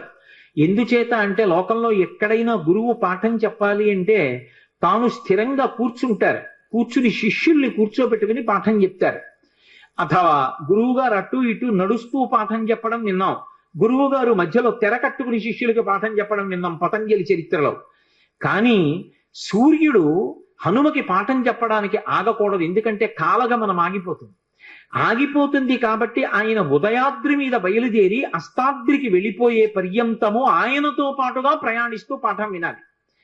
ఆయన పోని ప్రయాణించేటప్పుడు చంద్రుళ్ళ సుధాకిరణుడై ఏం చల్లగా ఉండడు, నిమిషానికి ఆయన తేజస్సుని పుంజేసుకుంటాడు. మధ్యాహ్న కాలం అయ్యేటప్పటికి మార్తాండ బింబంగా ఉంటాడు, దుర్నిరీక్షమైనటువంటి ప్రకాశంతో ఉంటాడు. అటువంటి సూర్యనారాయణమూర్తి దగ్గర కూర్చుని పాఠం వినడం ఎలా సాధ్యం? పోని గురువు గారు పాఠం చెప్తుంటే ఆయన నేర్చుకున్నది వ్యాకరణం, పైగా వ్యాకరణం నేర్చుకోవాలి అంటే కేవలం విని నేర్చుకోవడం కుదరదు, పుస్తకం చేతితో పట్టుకోవాలి. పట్టుకుని గురువు గారికి పక్కన నిలబడి ఇలా చెవి పెట్టి గురువు గారితో సమానంగా కూర్చోవడం కానీ గురువు గారితో సమానంగా నిలబడడం కానీ చేసి పాఠం నేర్చుకోకూడదు. గురువు గారికి పోని గురువు గారు వస్తుంటే కొంచెం ముందుకు వెడుతూ ఇలా చెవి పెట్టి విందామంటే గురువు గారికి పృష్ఠభాగం చూపించకూడదు, గురువు గారికి ముందుకు నిలబడి పాఠం వినాలి. గురువు గారికి ఎదురుగుండా నిలబడదామంటే నిరాధారమైన ఆకాశ మార్గంలో సూర్యనారాయణమూర్తి యొక్క రథం వెళ్ళిపోతుంటుంది. దుర్నిరీక్షమైన తేజస్సు క్షణానికి పుంజేసుకుని మీదకొస్తాడు. అంత వేగంతో సూర్యుడు వస్తే అంత వేగంతో వెనక్కి నడవాలి. వెనక్కి నడుస్తూ చేతిలో శాస్త్రం పట్టుకుని శాస్త్రం వంక చూస్తూ గురువుగారి ముఖం వంక చూస్తూ గురువుగారు చెప్పిన మాటలు వింటూ శ్రద్ధతో చదువుకుంటూ నేర్చుకుంటూ వెనక్కి నడవాలి. నడిచి గురువుగారు అస్తాద్రికి చేరుకునేటప్పటికీ శిష్యుడు అస్తాద్రికి చేరుకుని ఆ రోజు పాఠం పూర్తి చెయ్యాలి. ఎవరైనా వెళ్ళగలరా? సూర్యుడి దగ్గర పాఠం నేర్చుకోగలరా? మహానుభావుడైనటువంటి స్వామి హనుమ నేర్చుకున్నాడు. అందుకే సూర్యనారాయణమూర్తికి తన శిష్యుడైనటువంటి హనుమ పేరు చెప్తే ఎంత సంతోషం, ఇటువంటి శిష్యుడు ఎక్కడ దొరుకుతాడని. శిష్యుడి పేరు చెప్తే గురువు పులకించిపోవాలి. దేని చేత అంటే శిష్యుడి యొక్క నడవడి చేత. శిష్యుడి నడవడి చూసి గురువు ఛీ అనే రోజు తెచ్చుకోకూడదు, అంతకన్నా అసహ్యకరమైన విషయం లోకంలో ఎక్కడుంటుంది. కాబట్టి ఆ హనుమ యొక్క వినయం, ఆ హనుమ యొక్క నడవడి చూసి గురువైనటువంటి సూర్యనారాయణమూర్తి పరవశించిపోయేవాడు. విచిత్రం ఏమిటంటే హనుమకి గురువు సూర్యనారాయణమూర్తి, ఆ సూర్య వంశంలో ప్రభవించినటువంటి వాడు రామచంద్రమూర్తి. రామచంద్రమూర్తికి గురువు వశిష్ఠుడు. రామచంద్రమూర్తికి గురువు వశిష్ఠుడైతే రామచంద్రమూర్తి స్వామి హనుమకి సమస్తం. యథార్థానికి స్వామి హనుమకి తల్లి రాముడే, తండ్రి రాముడే, గురువు రాముడే, దైవం రాముడే, అన్నీ రాముడే. అసలు శాస్త్రంలో ఒక సీతారామాంజనేయ సంవాదం అని ఒక విషయం చెప్తారు. రామతారక మంత్రోపదేశం హనుమకి ఎవరు చేశారు అంటే సీతమ్మ చేసింది అంటారు. హనుమకి వేదాంత జ్ఞానం నేర్పిన వారెవరు అంటే రామచంద్రమూర్తి, రాముడు గురువు హనుమకి. సూర్యుడి దగ్గర వ్యాకరణ పాఠం అంతా నేర్చుకున్నాడు, కానీ ఆ వినయానికి సూర్యుడు పొంగిపోతాడు. నాకు ఇప్పటికీ తిరుపతి వెళితే ఆ పద్మావతి అమ్మవారి దేవస్థానానికి వెళ్ళి జగదంబని సేవించి వచ్చిన తర్వాత పద్మ సరోవరం ఎదురుగుండా సూర్యనారాయణమూర్తి ఉంటారు, రెండు చేతుల్లో ఇలా కమలాలు పట్టుకుని. ఆయన దగ్గరికి వెళ్ళి ప్రదక్షిణం చేసి కూర్చోగానే నాకు మొట్టమొదట జ్ఞాపకం వచ్చేవారు ఎవరంటే హనుమ. ఎందుకంటే ఈ గురువు గారు ఎంత మురిసిపోతూ ఉంటారో ఆయన్ని శిష్యుడిని తలుచుకుని. అది కదా శిష్యుడంటే. శిష్యుడి పేరు చెప్పేటప్పటికీ గురువు పరవశించిపోవాలి. గురువు సదా నా శిష్యుడు రక్షింపబడుగాక అని మనసులో అంత సంతోషంతో ప్రార్థన చేసేటట్టుగా శిష్యుడి యొక్క నడవడి ఉండాలి. అందుకే ఆ సూర్యనారాయణమూర్తి దగ్గర వ్యాకరణం నేర్చుకున్నారు, వేదాంతాన్ని రామచంద్రమూర్తి దగ్గర నేర్చుకున్నారు హనుమ. రామచంద్రమూర్తికి వేదాంత జ్ఞానము పట్ల విశేషమైనటువంటి అనురక్తి, ధర్మానుష్ఠానమునందు కూడా అంతే అనురక్తి. మనకి పూర్వమీమాంస ఉత్తరమీమాంస అని రెండు ఉంటాయి. పూర్వమీమాంస ధర్మాన్ని ప్రతిపాదన చేస్తుంది, అందుకే దానికి ధర్మమునందు అనురక్తి కల్పించేటటువంటి శాస్త్రము అని ధర్మ జిజ్ఞాస అని పిలుస్తారు. ఉత్తరమీమాంస పరావిద్యని చెప్తుంది, అపరావిద్యని మిగిలినవి చెప్తాయి. పరావిద్య అంటే మోక్షమునకు కారణమైనటువంటి వేదాంత శాస్త్రం. అది కేవలము కూడా బ్రహ్మ జిజ్ఞాస అంటారు. బ్రహ్మ జిజ్ఞాస అంటే కేవలము జ్ఞానమునందు అనురక్తి. ఆ జ్ఞానము ఎవరికి కలుగుతుందో వాడే మోక్షమునకు అర్హుడవుతాడు. వాడు జీవన్ముక్తుడు అంటారు. శరీరంతో ఉండి కూడా మోక్షాన్ని పొందేసిన వాడే.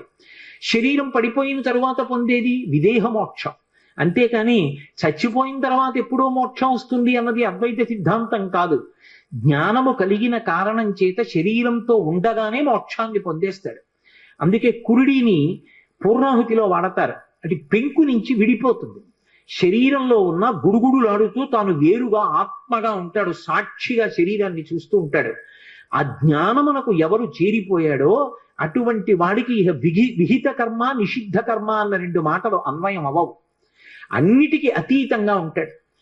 అదిగో అటువంటి మహాజ్ఞానులలో అగ్రగణ్యుడెవరు అంటే స్వామి హనుమ.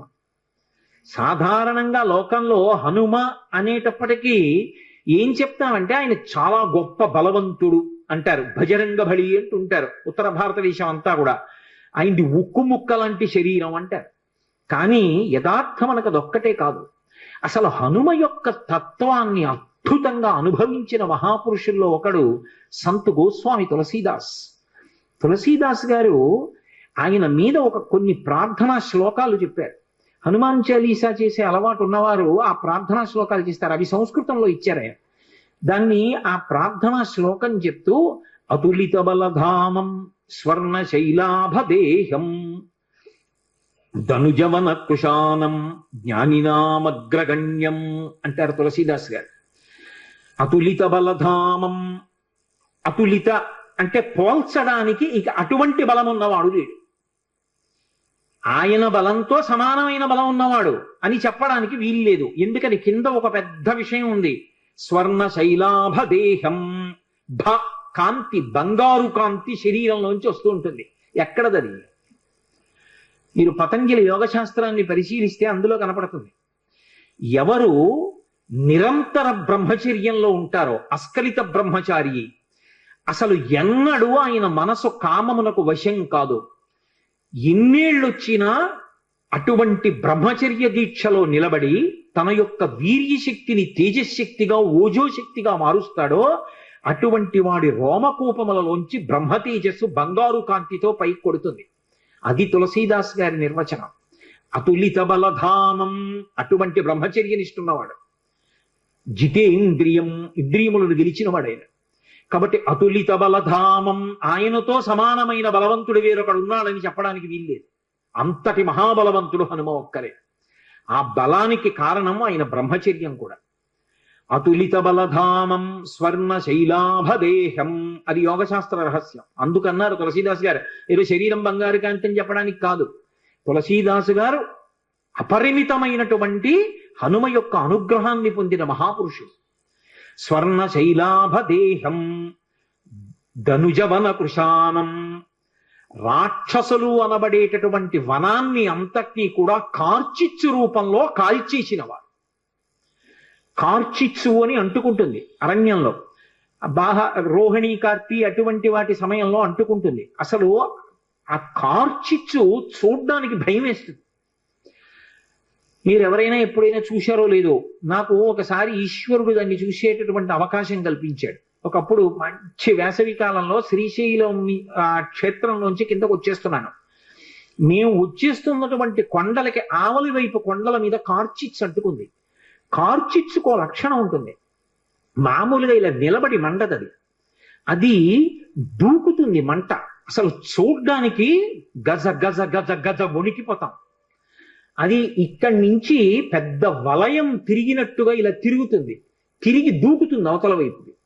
ఆ దూకుతున్నప్పుడు అది దేని మీదకి దూకుతూ వెడుతుంటుందో అదంతా బూది కుప్పల కింద పడిపోతుంటాయి చెట్లు. అది అలా అంటుకుపోతుంది, అంటుకుపోయి వ్యాపించేస్తూ దూకుతూ వెళ్ళిపోతుంది.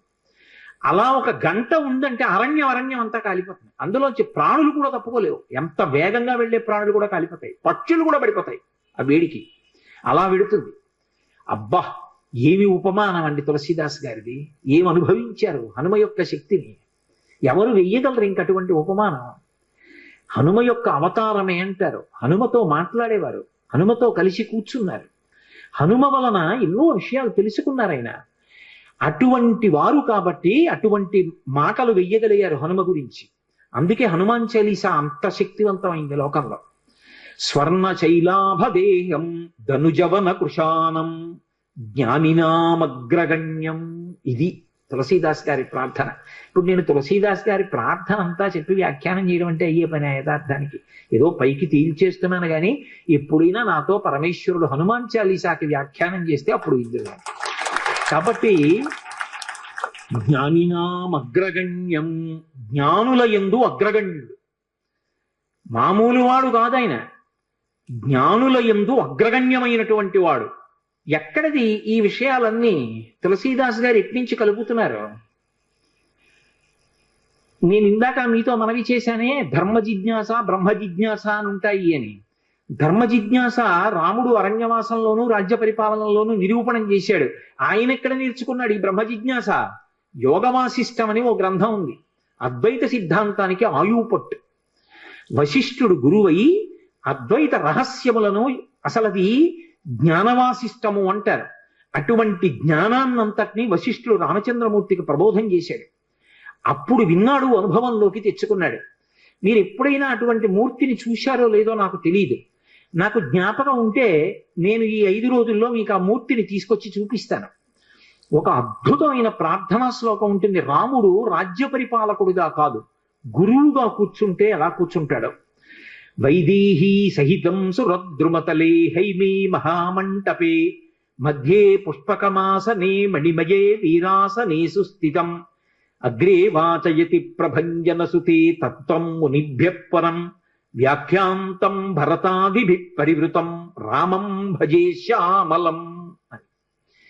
ఇందులో ఒక పెద్ద చమత్కారం ఉంది. హనుమ పాఠం నేర్చుకోవడం అంటే ఎన్ని విచిత్రాలు జరిగాయి అనుకుంటున్నారు? రాముడు ఎక్కడ నేర్చుకున్నాడు అసలు ఈ చెప్తున్న పాఠాన్ని? వశిష్ఠుడి దగ్గర నేర్చుకున్నాడు. వశిష్ఠుడు ఎవరు? శ్రీమన్నారాయణుని యొక్క శిష్యుడు. ఎందుకని? మీరు అద్వైత గురు పరంపర చెప్పారనుకోండి, నారాయణం పద్మభువం వశిష్ఠం శక్తించ తత్పుత్ర పరాశరంచ వ్యాసం శుకం గౌడపాదం మహాంతం అని గోవింద పాదంచ తథాస్య శిష్యాం అని చెప్తాం. ఆ తర్వాత శంకర భగవత్పాదులు వారి యొక్క శిష్యులు, ఆ పరంపర అంతా వస్తుంది. అందులో నారాయణం మొట్టమొదటి గురువు శ్రీమన్నారాయణుడు. నారాయణుని తర్వాత వచ్చిన గురువు పద్మభువం. అంటే నారాయణుని తర్వాత అంటే ఇంకో ఉద్దేశ్యంతో కాదు, నారాయణుని యొక్క గురుత్వమును అందుకుని గురువుగా ప్రకాశించిన వాడు బ్రహ్మగారు. బ్రహ్మగారి స్థానంలోకి మళ్ళీ బ్రహ్మగారిలా గురువు స్థానంలో కూర్చుని ప్రబోధం చేసిన వాడు వశిష్ఠుడు. ఇప్పుడు వశిష్ఠుడికి గురువెవరు? బ్రహ్మగారు. బ్రహ్మగారికి గురువెవరు? నారాయణుడు. కాబట్టి ఇప్పుడు వశిష్ఠుడికి నారాయణుడు ఏమవుతాడు? పరమగురువు అవుతాడు. గురువు గారి గురువు పరమగురువు కదా. ఇప్పుడు మా గురువు గారు ఉన్నారు, మా గురువు గారికి గురువు గారు నాకు పరమగురువు గారు అవుతారు. అలా వశిష్ఠుడికి నారాయణుడు ఏమవుతాడు? పరమగురువు అవుతాడు. అందుకే నారాయణుడి పేరు చెప్తే వశిష్ఠుడు ఏం చెయ్యాలి? వెంటనే లేచి నిలబడి నమస్కారం చేయాలి. పరమగురువు గారి పేరు చెప్పినా పరమగురువు గారు కనపడ్డా. కానీ రామావతారం దగ్గరికి వచ్చేటప్పటికి ఒక చమత్కారం జరిగింది. ఆ వశిష్ఠుడు రాముడికి గురువుగా వచ్చాడు. రాముడు ఎవరు? నారాయణుడు. ఇప్పుడు రాముడు ఏం చేశాడు? వశిష్ఠుడి పాదాలు పట్టుకుని నమస్కారం చేశాడు. చేసి పాఠం చెప్పమని అడిగాడు. ఇప్పుడు తనకి పరమగురువైన నారాయణుడు తనకి శిష్యుడై తన కాళ్ళు పట్టుకుంటే పాఠం చెప్పాడు వశిష్ఠుడు. ఇదొక చమత్కారం రామావతారంలో గురు శిష్యుల విషయంలో. అటువంటి వశిష్ఠుడి దగ్గర యోగవాసిష్టం జ్ఞానవాసిష్టం నేర్చుకున్నాడు, అనుభవంలోకి తెచ్చుకున్నాడు. తెచ్చుకుని ఇప్పుడు ఈ పాఠం ఎవరికి చెప్పాలి? దానికి అర్హుడైన వాడు ఉండాలి. ఎవడు అర్హుడు? ఏ కోరిక లేనివాడు. ఏ కోరిక లేకపోవడం అంత తేలిక మార్గం అనుకోకండి. ఏ కోరిక అడగడానికి లేకపోవడం అంటే అది గురువు గారు కోరుకునేటటువంటి అద్భుత స్థితి కలిగిన శిష్యుని యొక్క లక్షణం. అదే సామాన్యమైన విషయం కాదు. ఎవరుంటారు అలా? కనపడడం ఏం మాటలండే, ఆ స్థితికి చేరుకోవడం హనుమ ఒక్కరే. అందుకే వైదేహీ సహితం సురద్రుమతలే హైమే మహామండపే. బంగారు మంటపంలో రామచంద్రమూర్తి కూర్చున్నారు. మునులు కూడా వచ్చారు ఆయన దగ్గర వినడానికి. కానీ ఆయన ఎవరికి ఉపదేశం చేశారో తెలుసా? ఆయనకి ఉపదేశం చేస్తుంటే మిగిలిన వాళ్ళందరూ విన్నారు. ఎవరికి? హనుమకి ఉపదేశం చేశారు. ఎందుకని? అగ్రేవాచయతి ప్రభంజన సుతే తత్వం మునిభ్య పరం వ్యాఖ్యాంతం భరతాధిభి పరివృతం రామం భజే శ్యామలం. నీలమేఘఛాయ కలిగినటువంటి రాముడు తత్వోపదేశం చేస్తే ఇలా ముద్ర పడతాడు, చిన్ముద్ర. ఇలా చిన్ముద్ర పట్టి ఎలా కూర్చుంటాడంటే వీరాసనే సుస్థితం. ఈ కాలు తీసి ఈ కాలు మీద వేసుకుంటాడు. దాన్ని వీరాసనం అంటారు. అంటే గురువు గారు కేవలం జ్ఞానోపదేశం చెయ్యడానికి మాత్రమే కూర్చున్నారు. ఇక అంతకన్నా పై స్థాయి ఉండదు. ఇక అదొక అద్భుతమైన స్థాయి. లోకంలో ఇక జ్ఞానం ఇవ్వడం కన్నా గొప్పదేదీ లేదు.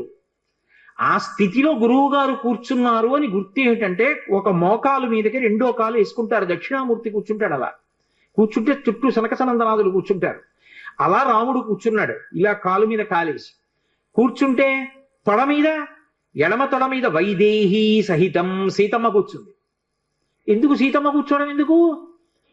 గురువు గురుపత్ని అభేదం. గురువు గారు ఎంతో గురుపత్ని అంతే. గురువు గారు వేదాంత పాఠం చెప్తున్నప్పుడు గురుపత్ని కూడా అంతే వేదాంత ధోరణిలో ఉంటుంది. అందుకే జానకీ సహితం సీతా సహితం అనలేదు, వైదేహీ సహితం. వైదేహి అంటే విదేహ వంశంలో పుట్టింది, శరీర భ్రాంతి లేదు, తాను కూడా ఆత్మగా రమిస్తున్న సీతమ్మ. అటువంటి సీతమ్మ రాముడి తొడ మీద కూర్చునుండగా వీరాసనంలో కూర్చుని సురద్రుమతలే హైమే మహామండపే మధ్యే పుష్పకమాసనే మణిమయే వీరాసనే సుస్థితం. చక్కగా కూర్చున్నాడు. ముందు సుస్థితం, బాగా సువ్యవస్థితంగా గురువుగారు కూర్చుంటే కదా పాఠం చెప్పడం. సుస్థితం, అంతమంది మునులు ఉన్నారు, భరతాదులు ఉన్నారు. భరతుడు యువరాజు, ముందు యువరాజు కూర్చోవాలి. కానీ భరతుడు కాదు కూర్చున్నది. ఎవరిని కూర్చోబెట్టారు ముందు? ఎవరికి చేస్తున్నాడు ఉపదేశం? అగ్రేవాచయతి ప్రభంజన సుతే. ప్రభంజన సుతుణ్ణి కూర్చోబెట్టారు. ప్రభంజనుడు అంటే వాయువు, వాయువు యొక్క కుమారుణ్ణి కూర్చోబెట్టారు. ఇందులో ఒక చమత్కారం ఉంది. మామూలుగా వాయువు అంటారు, ప్రభంజనుడు అని ఎప్పుడంటారంటే విరిచేసేంత వేగంగా వెళ్ళిపోతాయి. వాయువు మామూలుగా వీస్తోంది అనుకోండి, అందరికీ సంతోషంగా ఉంటుంది. అదే వాయువు ఏ పెను తుఫానో వచ్చినప్పుడు వీచినట్టుగా విపరీత వేగంతో వీచిందనుకోండి, ఎదురుగుండా ఉన్న వస్తువు విరి కింద పడిపోతుంది. అది కర్ర కానివ్వండి, చెట్టు కానివ్వండి, స్తంభం కానివ్వండి. ఇప్పుడు ప్రభంజనుడు అంటారు. హనుమతి ఎటువంటి వేగం? మనోజవం అరుతతుల్య వేగం. విపరీతమైన వేగం శరీరానికి ఉంది, అంతే వేగం మనస్సుకుంది. కానీ గురువు గారి దగ్గర కూర్చున్నప్పుడు ఎలా కూర్చుంటారంటే శరీరము కదలదు, మనసు కదలదు. మనకంత వేగం లేకపోయినా శరీరము అంత వేగంగా వెళ్ళదు. నిజానికి హనుమ మనసుకున్నంత వేగము లేదు. అయినా కూడా మన మనసు గురువు గారి దగ్గర ఉండదు. పాఠం మీద ఉండదు, శాస్త్రం మీద ఉండదు, భగవంతుడి మీద ఉండదు. మిమ్మల్ని కాదు, నాబోటిగాడి గురించి చెప్తున్నా, ఎక్కడో తిరుగుతూ ఉంటుంది. ఆయన అంత వేగంగా వెళ్ళగలిగిన వాడు గురువు గారి దగ్గరికి వచ్చేటప్పటికి అంత నిశ్చలంగా కూర్చుంటాడు. ప్రభంజన సుతే తత్వం మునిభ్య పరం. హనుమకి చెప్తుంటే మిగిలిన వాళ్ళు విన్నారు తప్ప యువరాజని భరతుణ్ణి కాని మునులని మిగిలిన వాళ్ళని కాని కూర్చోబెట్లా. ఒక్క హనుమని కూర్చోబెట్టారు. ఎందుకని? ఏ కోరిక లేకుండా మనసులో నాకు ఇది కావాలన్న కోరిక లేదు. అందుకని బ్రహ్మ జిజ్ఞాస అందుకోవడానికి అర్హుడయ్యాడు. గురువు గారు అలా కూర్చున్నారు అంటే అది అందుకోవడానికి అర్హుడైన శిష్యుడిగా కూర్చోవడం అంటే అంతకన్నా అదృష్టం జీవితంలో ఏముంటుందండి. ఇంకా గురువు గారు అలా వచ్చి కూర్చున్నారంటే శిష్యుడిగా నేను కూర్చుంటానండి అనాలి అంటే ఇన్ని కోట్ల జన్మల అదృష్టం ఉంటే అంటారు ఆ మాట. కాబట్టి హనుమని కూర్చోబెట్టారు ఎదురుగుండా. తత్వం మునిభ్య పరం. దక్షిణామూర్తిలో ఇలా చిన్ముద్ర పట్టాడు రాముడు. చిన్ముద్ర పట్టి అగ్రేవాచయతి ప్రభంజన సుతే తత్వం మునిభ్య పరం వ్యాఖ్యాంతం భరతాధిభి పరివృతం రామం భజే శ్యామలం. హనుమకి చెప్తుండగా వేదాంతాన్ని మిగిలిన వాళ్ళందరూ విన్నారు. ఈ జ్ఞాన మార్గాన్ని, ఈ బ్రహ్మ జిజ్ఞాస బాగా అనుభవంలోకి తెచ్చుకున్నవారు. అందుకే మీకు మహాభారతంలో ఆరణ్య పర్వంలో గంధమాదన పర్వతంలో అరటి తోటలో ఒక పర్వత గుహలో యోగంలో తనలో తాను రమిస్తూ కూర్చుని ఉంటారు. అంతటి మహాయోగమూర్తి హనుమ. అటువంటి వారు అంతటి మహాశక్తివంతుడు. ఎంత శక్తివంతుడో అంత వేగంతో వెళ్ళగలిగినటువంటి వాడు. అలా గురువు గారి దగ్గర జ్ఞానపాఠాన్ని నేర్చుకున్నటువంటి వాడు. ఆ జ్ఞానాన్ని అనుభవంలోకి తెచ్చుకుని యోగ మార్గమునందు అలా నిలబడినటువంటి వారు. అందుకే మీరు ఎప్పుడైనా హనుమ దగ్గర ప్రదక్షిణం చేశారనుకోండి, అదొక్కటి చాలు మిమ్మల్ని అనుగ్రహించేస్తుంది. మీరు ఏ కోరికతోనైనా చెయ్యవచ్చు. ఆయన పరబ్రహ్మస్వరూపుడై అనుగ్రహించేస్తాడు. ఎందుకంటే అలా యోగమునందు నిలబడగలిగిన ప్రజ్ఞాశాలి కనుక. శ్రీరామాయణంలో ఒక చమత్కారం ఉంది. దాని పేరే రామాయణం. రాముడితో మిగిలిన వ్యక్తులందరూ నడుస్తారు. అసలు రాముడు కనిపించని కాండ ఉండదు సుందరకాండ వినా. సుందరకాండలో రాముడు కనపడకపోయినా రామ కథ 1కి 10 మార్లు చెప్పబడుతుంది. అటువంటి రామచంద్రమూర్తి వలన ఉపకారము కాని ప్రత్యుపకారము కాని పొందనివాడు రామాయణమునందు లేడు. ఆయనకి ఉపకారం చేసిన వాళ్ళందరికీ ప్రత్యుపకారం చేశారు. ఒకవేళ ఉపకారం చేయకపోయినా ఉపకారం చేశారు. కానీ ఆయన ఉపకారాన్ని పొంది కూడా ప్రత్యుపకారం నేను చెయ్యలేను అని చెప్పింది ఎవరితో అంటే ఒక్క హనుమతోని చెప్పారు. రామాయణ పరిసమాప్తి సమయంలో హనుమని దగ్గరికి పిలిచి గట్టిగా కౌగిలించుకుని ఒక మాట అన్నారు. మదంగే జీర్ణతాం యాతు యత్పయోపకృతం కపేహి నరహ ప్రత్యుపకారాణం అపత్సాయ అతిపత్రతాం అన్నారు. హనుమా, నువ్వు చేసిన ఉపకారము నా శరీరమునందు జీర్ణమైపోవుగాక. ఎందుకని? నువ్వు నాకు చేసిన ఉపకారానికి నీకు ప్రత్యుపకారం చెయ్యడానికి సాధ్యం కాదు. నేను కష్టంలో ఉంటే నువ్వు నా భార్య యొక్క జాడ కనిపెట్టావు. ఇప్పుడు నీకు ప్రత్యుపకారం చేయాలంటే నీకు అటువంటి కష్టం కలగాలి. కోరచ్చా నేను? అందుకని నేను కోరను. నీకు అటువంటి ఆపద రాదు. కాబట్టి నీకు నేను ప్రత్యుపకారం చెయ్యలేను. నీవు చేసిన ఉపకారము నా శరీరమునందు జీర్ణమైపోవుగాక అని కౌగలించుకున్నారు. హనుమ ఒక్కరు తప్ప రామాయణం మొత్తం మీద ఈ స్థితిని పొందిన వారు వేరొకరు లేరు. అందుకే రామచంద్రమూర్తి అవతార పరిసమాప్తి సమయంలో ఆయనతో అందరూ వచ్చేస్తానని వెనక వెళ్ళిపోతున్నప్పుడు హనుమని కూడా అడిగారు. హనుమ, నువ్వు వస్తావా అని అడిగారు. రామచంద్ర ప్రభో, మీరొకటి, మీ కథ ఒకటి, మీ నామం ఒకటి కాదు. ఎక్కడ ఏమి తెలిసినా తెలియకపోయినా రామనామము రామనామము రమ్యమైనది రామనామము అంటే అక్కడికి వెడతా. రామ కథ చెప్తే వెడతా, రామాయణం చెప్తే వెడతా. ఇప్పుడు రాముడు అన్నాడు, మక్కథా ప్రచరిష్యంతి యావల్లోకే హరీశ్వర తావద్రమస్య సుప్రీతో మద్వాక్యమనుపాలయం. రామశాసనం హనుమకి. ఎక్కడ రామనామం చెప్పినా, ఎక్కడ రామ కథ చెప్పినా, ఎక్కడ రామాయణం చెప్పినా హనుమా నువ్వు అక్కడికి వెళ్ళి కూర్చుని వింటూ ఉండు. హనుమ సభలోకి వచ్చారు అంటే సభలో ఉన్న వాళ్ళందరికీ మంగళమే. నన్ను నమ్మండి, చచ్చిపోయేవాడు కూడా బతుకుతాడు. హనుమ దర్శనం అంత గొప్పది. ఆయన దర్శనం చేస్తే చాలు. నిన్నను మీతో చెప్పా, సంధ్యాకాల దర్శనంతో సమానం. ఉపద్రవాలు కూడా తొలగిపోతాయి. అంత శక్తివంతం హనుమద్ దర్శనం అంటే. అటువంటి హనుమ సభలోకి ప్రవేశిస్తారు. ప్రవేశించి అనుగ్రహిస్తారు. ఎందుకని అంటే పైన రామశాసనం ఉంది. ఇదే మహానుభావుడు తులసీదాస్ గారి జీవితంలో జరిగింది. తులసీదాస్ గారు ప్రతిరోజు గంగానదిలో స్నానం చేసి చెంబుతో కాసిన నీళ్లు తీసుకొచ్చి రావి చెట్టు మొదట్లో పోసి రావి చెట్టు కింద కూర్చుని తపస్సు చేస్తుండేవారు. ఆ రావి చెట్టు మొదట్లో గంగ నీళ్లు పోస్తుంటే గంగాజలం తగిలిందో ఏమో ఒక బ్రహ్మరాక్షసుడు పైనుంచి కిందకి దిగాడు. బ్రహ్మరాక్షసుడు అంటే ఎవరు అనుకుంటారేమో, వేదం చదువుకుని కూడా దొంగతనాలు లాంటివి చేసి బ్రతికిన వాళ్ళు బ్రహ్మరాక్షసులు అవుతారు. పతంజలి చరిత్రలో చెప్తారు. కాబట్టి అటువంటి బ్రహ్మరాక్షసుడు క్రిందకి దిగి అన్నాడు, నువ్వు నాకు మహోపకారం చేశావు. ఎప్పటి నుంచో ఈ చెట్టు మీద పడి ఉన్నాను.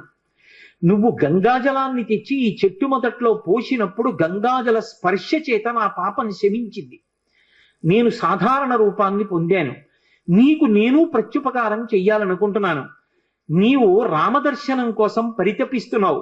నీకు రామదర్శనం కావాలి అంటే చేయించగలిగిన వారు హనుమ ఒక్కరే. హనుమ రోజు వస్తుంటారు. ఎక్కడికి వస్తారో తెలుసా?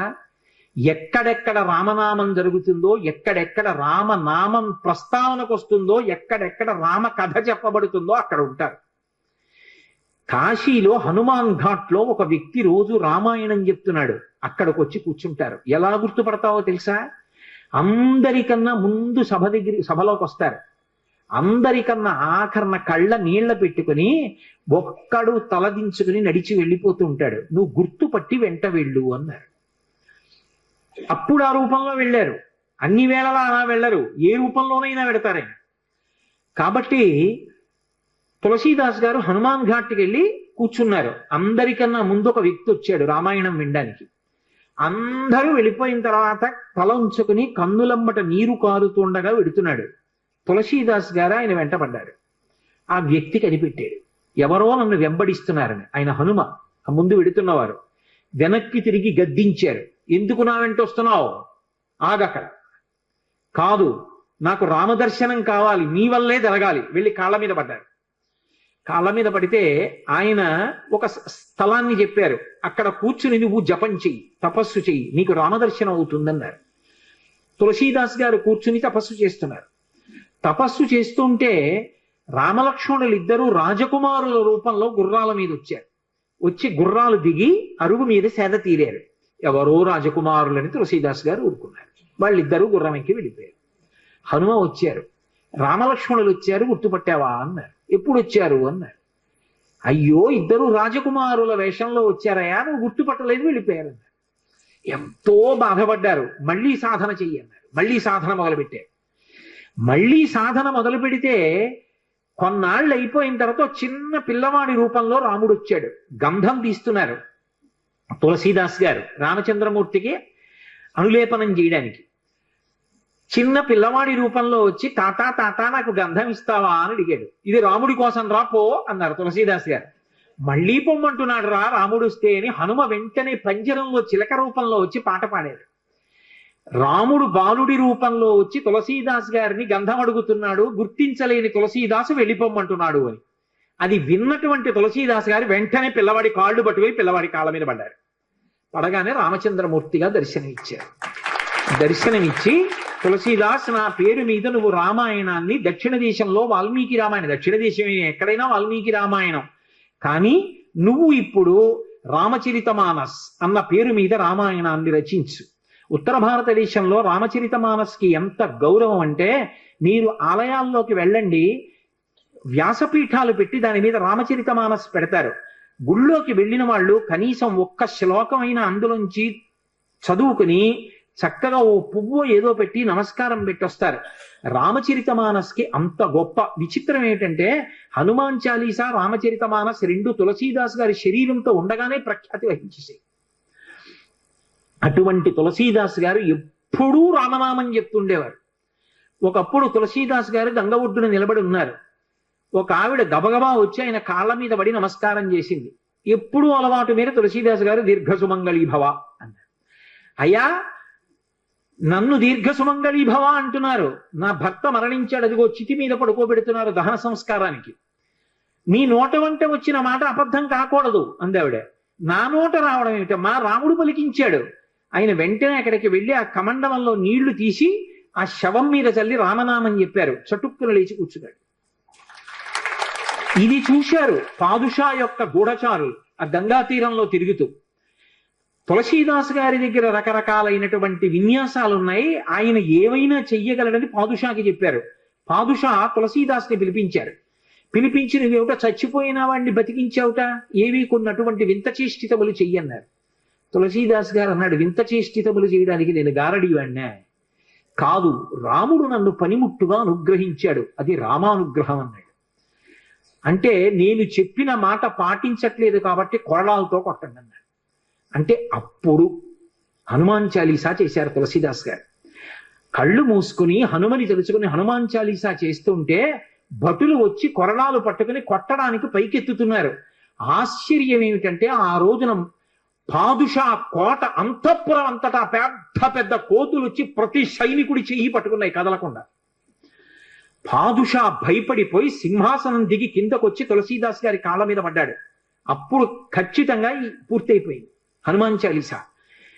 ఆ తులసీదాస్ గారి చదివినప్పుడు అన్ని కోతుల రూపంలో వచ్చి ఎదురుగుండా హనుమ నిలబడి కాపాడారు తులసీదాస్ గారిని. అందుకే అప్పటికీ ఇప్పటికీ ఎప్పటికీ కూడా హనుమాన్ చాలీసాకి అంత శక్తి. తులసీదాస్ గారు ఎప్పుడు మాట్లాడుతూ ఉండేవారు స్వామి హనుమతోటి. రామాయణ రచన చేసేటప్పుడు, రామచరితమానస్ రాసేటప్పుడు ఏ ఏ ఘట్టం దగ్గరికి వచ్చేటప్పుడు ఆయా ఘట్టం దగ్గర మళ్ళీ హనుమకి చదివి వినిపిస్తూ ఉండేవారు. హనుమ అంతా చదివి సరేనంటుండేవారు. అబ్బో ఎన్ని చమత్కారాలు, వాళ్ళిద్దరి మధ్యలో ఎన్ని విశేషాలు జరిగాయో తులసీదాస్ గారికి హనుమకి. అంతటి గొప్ప అనుబంధం. అందుకే హనుమ గురించి తులసీదాస్ గారు ఏవి చెప్పారో అవన్నీ కూడా అద్భుతమైనటువంటి విషయాలు. రామచరితమానస్ అంత గొప్ప గ్రంథం. తులసీదాస్ గారిని అనుగ్రహించారు మహానుభావుడు స్వామి హనుమ. అనేకమైనటువంటి అవతారాల్లో ఈ లోకంలో వచ్చి ఎందరినో అనుగ్రహించారు. వారు వచ్చినటువంటి అవతారములు ఎన్నో ఉన్నాయి. అందులో సమర్థ రామదాసు గారిగా వచ్చారు ఒకప్పుడు. నారాయణ అన్నది ఆయన యొక్క అసలు పేరు. ఆ పిల్లవాడికి తల్లిదండ్రులు పెట్టిన పేరు. కానీ ఆ పిల్లవాడు విశేషమైనటువంటి రామభక్తి తత్పరుడయ్యాడు. పెళ్లి నిశ్చయం చేశారు. పిల్లవాడిని పెళ్లి పీటల మీద కూర్చోబెట్టారు. పురోహితుడు ఇక జీలకర్ర బెల్లం పెట్టించడం కోసమని సుముహూర్త సావధాన సులగ్నే సావధాన అంటున్నాడు. పెళ్లి కొడుక్కి ఇంకోలా వినపడింది. సావధాన సావధాన. ఇలాగే అందరూ గృహస్థాశ్రమంలోకి వెళ్ళిపోతున్నారు, లంపటంలోకి వెళ్ళిపోతున్నావు. ఇక నిన్ను నువ్వు ఉద్ధరించుకోలేవు. నా మాట విను, ఇప్పటికైనా మించిపోయింది లేదు, ఇంకా సుముహూర్తం రాలేదు, తొందరపడు అన్నట్టుగా వినపడింది. సావధాన సావధాన అన్నది జాగ్రత్త పడు అన్నట్టు వినపడింది ఆ నారాయణ అన్న పిల్లవాడికి. అంతే హనుమ యొక్క అనుగ్రహం ఆవేశించింది. హనుమదవతారం అంటారు సమర్థ రామదాస్ గారు. ఒక్కసారి పెళ్లి మంటపంలోంచి 10 దూకులు దూకి వెళ్ళిపోయారు. వెళ్ళిపోయి గోదావరిలో దూకేశారు. దూకేసి గోదావరి నదినంతటినీ కూడా ఈది ఆవలిగొడ్డుకు వెళ్ళిపోయి 10 రోజులు ఆగకుండా నడిచి వెళ్ళిపోయారు అరణ్యంలో. వెళ్ళిపోయి గోదావరి నందిని అనేటటువంటి 2 నదుల యొక్క సంగమ స్థానంలో కూర్చుని నిరంతర రామధ్యానం చేస్తుండేవారు. అంత రామధ్యానం చేసి రామదాసు అని పేరు పొందారు. ఒకప్పుడు బదరీ వెళ్ళారు వారు. బదరీ వెళ్ళి ఆనాడు దేశంలో ఉన్నటువంటి అధార్మికమైన విషయాలు చూసి వ్యగ్రత చెంది ఒక జలకూపమునందు శరీర పరిత్యాగం చేస్తానని నిర్ణయించుకున్నారు. రామచంద్రమూర్తి ప్రత్యక్షమయ్యారు. నీ వలన ధర్మం నిలబడాలి, నువ్వు శరీర పరిత్యాగం చేస్తే ఎలా? నువ్వు సమర్థుడవు ధర్మం నిలబెట్టడానికి. నీ వలన ఒక వ్యక్తి ధర్మాన్ని నిలబెట్టేవాడు తయారవుతాడు. అందుకే సమర్థ రామదాస్ అన్న పేరుతో లోకంలో వ్యవహరించమన్నారు. సమర్థ రామదాస్ అని పేరు మార్చుకుని హిమాలయ పర్వతాల నుంచి వస్తుంటే ఆయనకి హనుమత్ సాక్షాత్కారం అయింది. సమర్థ రామదాసు గారికి దీక్ష ఎవరిచ్చారు అంటే స్వయంగా హనుమ ఇచ్చారు. ఆయనకి జపమాల, కమండలం, అలాగే కృష్ణాజినం, ఆ దీక్షా వస్త్రాలు, వీటన్నిటినీ కూడా స్వామి హనుమయే అనుగ్రహించారు. ధర్మ సంస్థాపన కోసమని సమర్థ రామదాసు గారు కోదండాన్ని, బాణాన్ని పట్టుకు తిరుగుతుండేవారు. ఒకప్పుడు ఆయన వేదాంత బోధ చేస్తుంటే గోదావరి తీరంలో కొంతమంది బ్రాహ్మణులు వచ్చి ఆయన్ని విమర్శించారు. నువ్వేమో వేదాంత బోధ, పట్టుకున్నది ధనస్సా, చేతిలో బాణమా, ఈ వేదాంతం సత్యమా, ధనస్సు బాణం సత్యమా?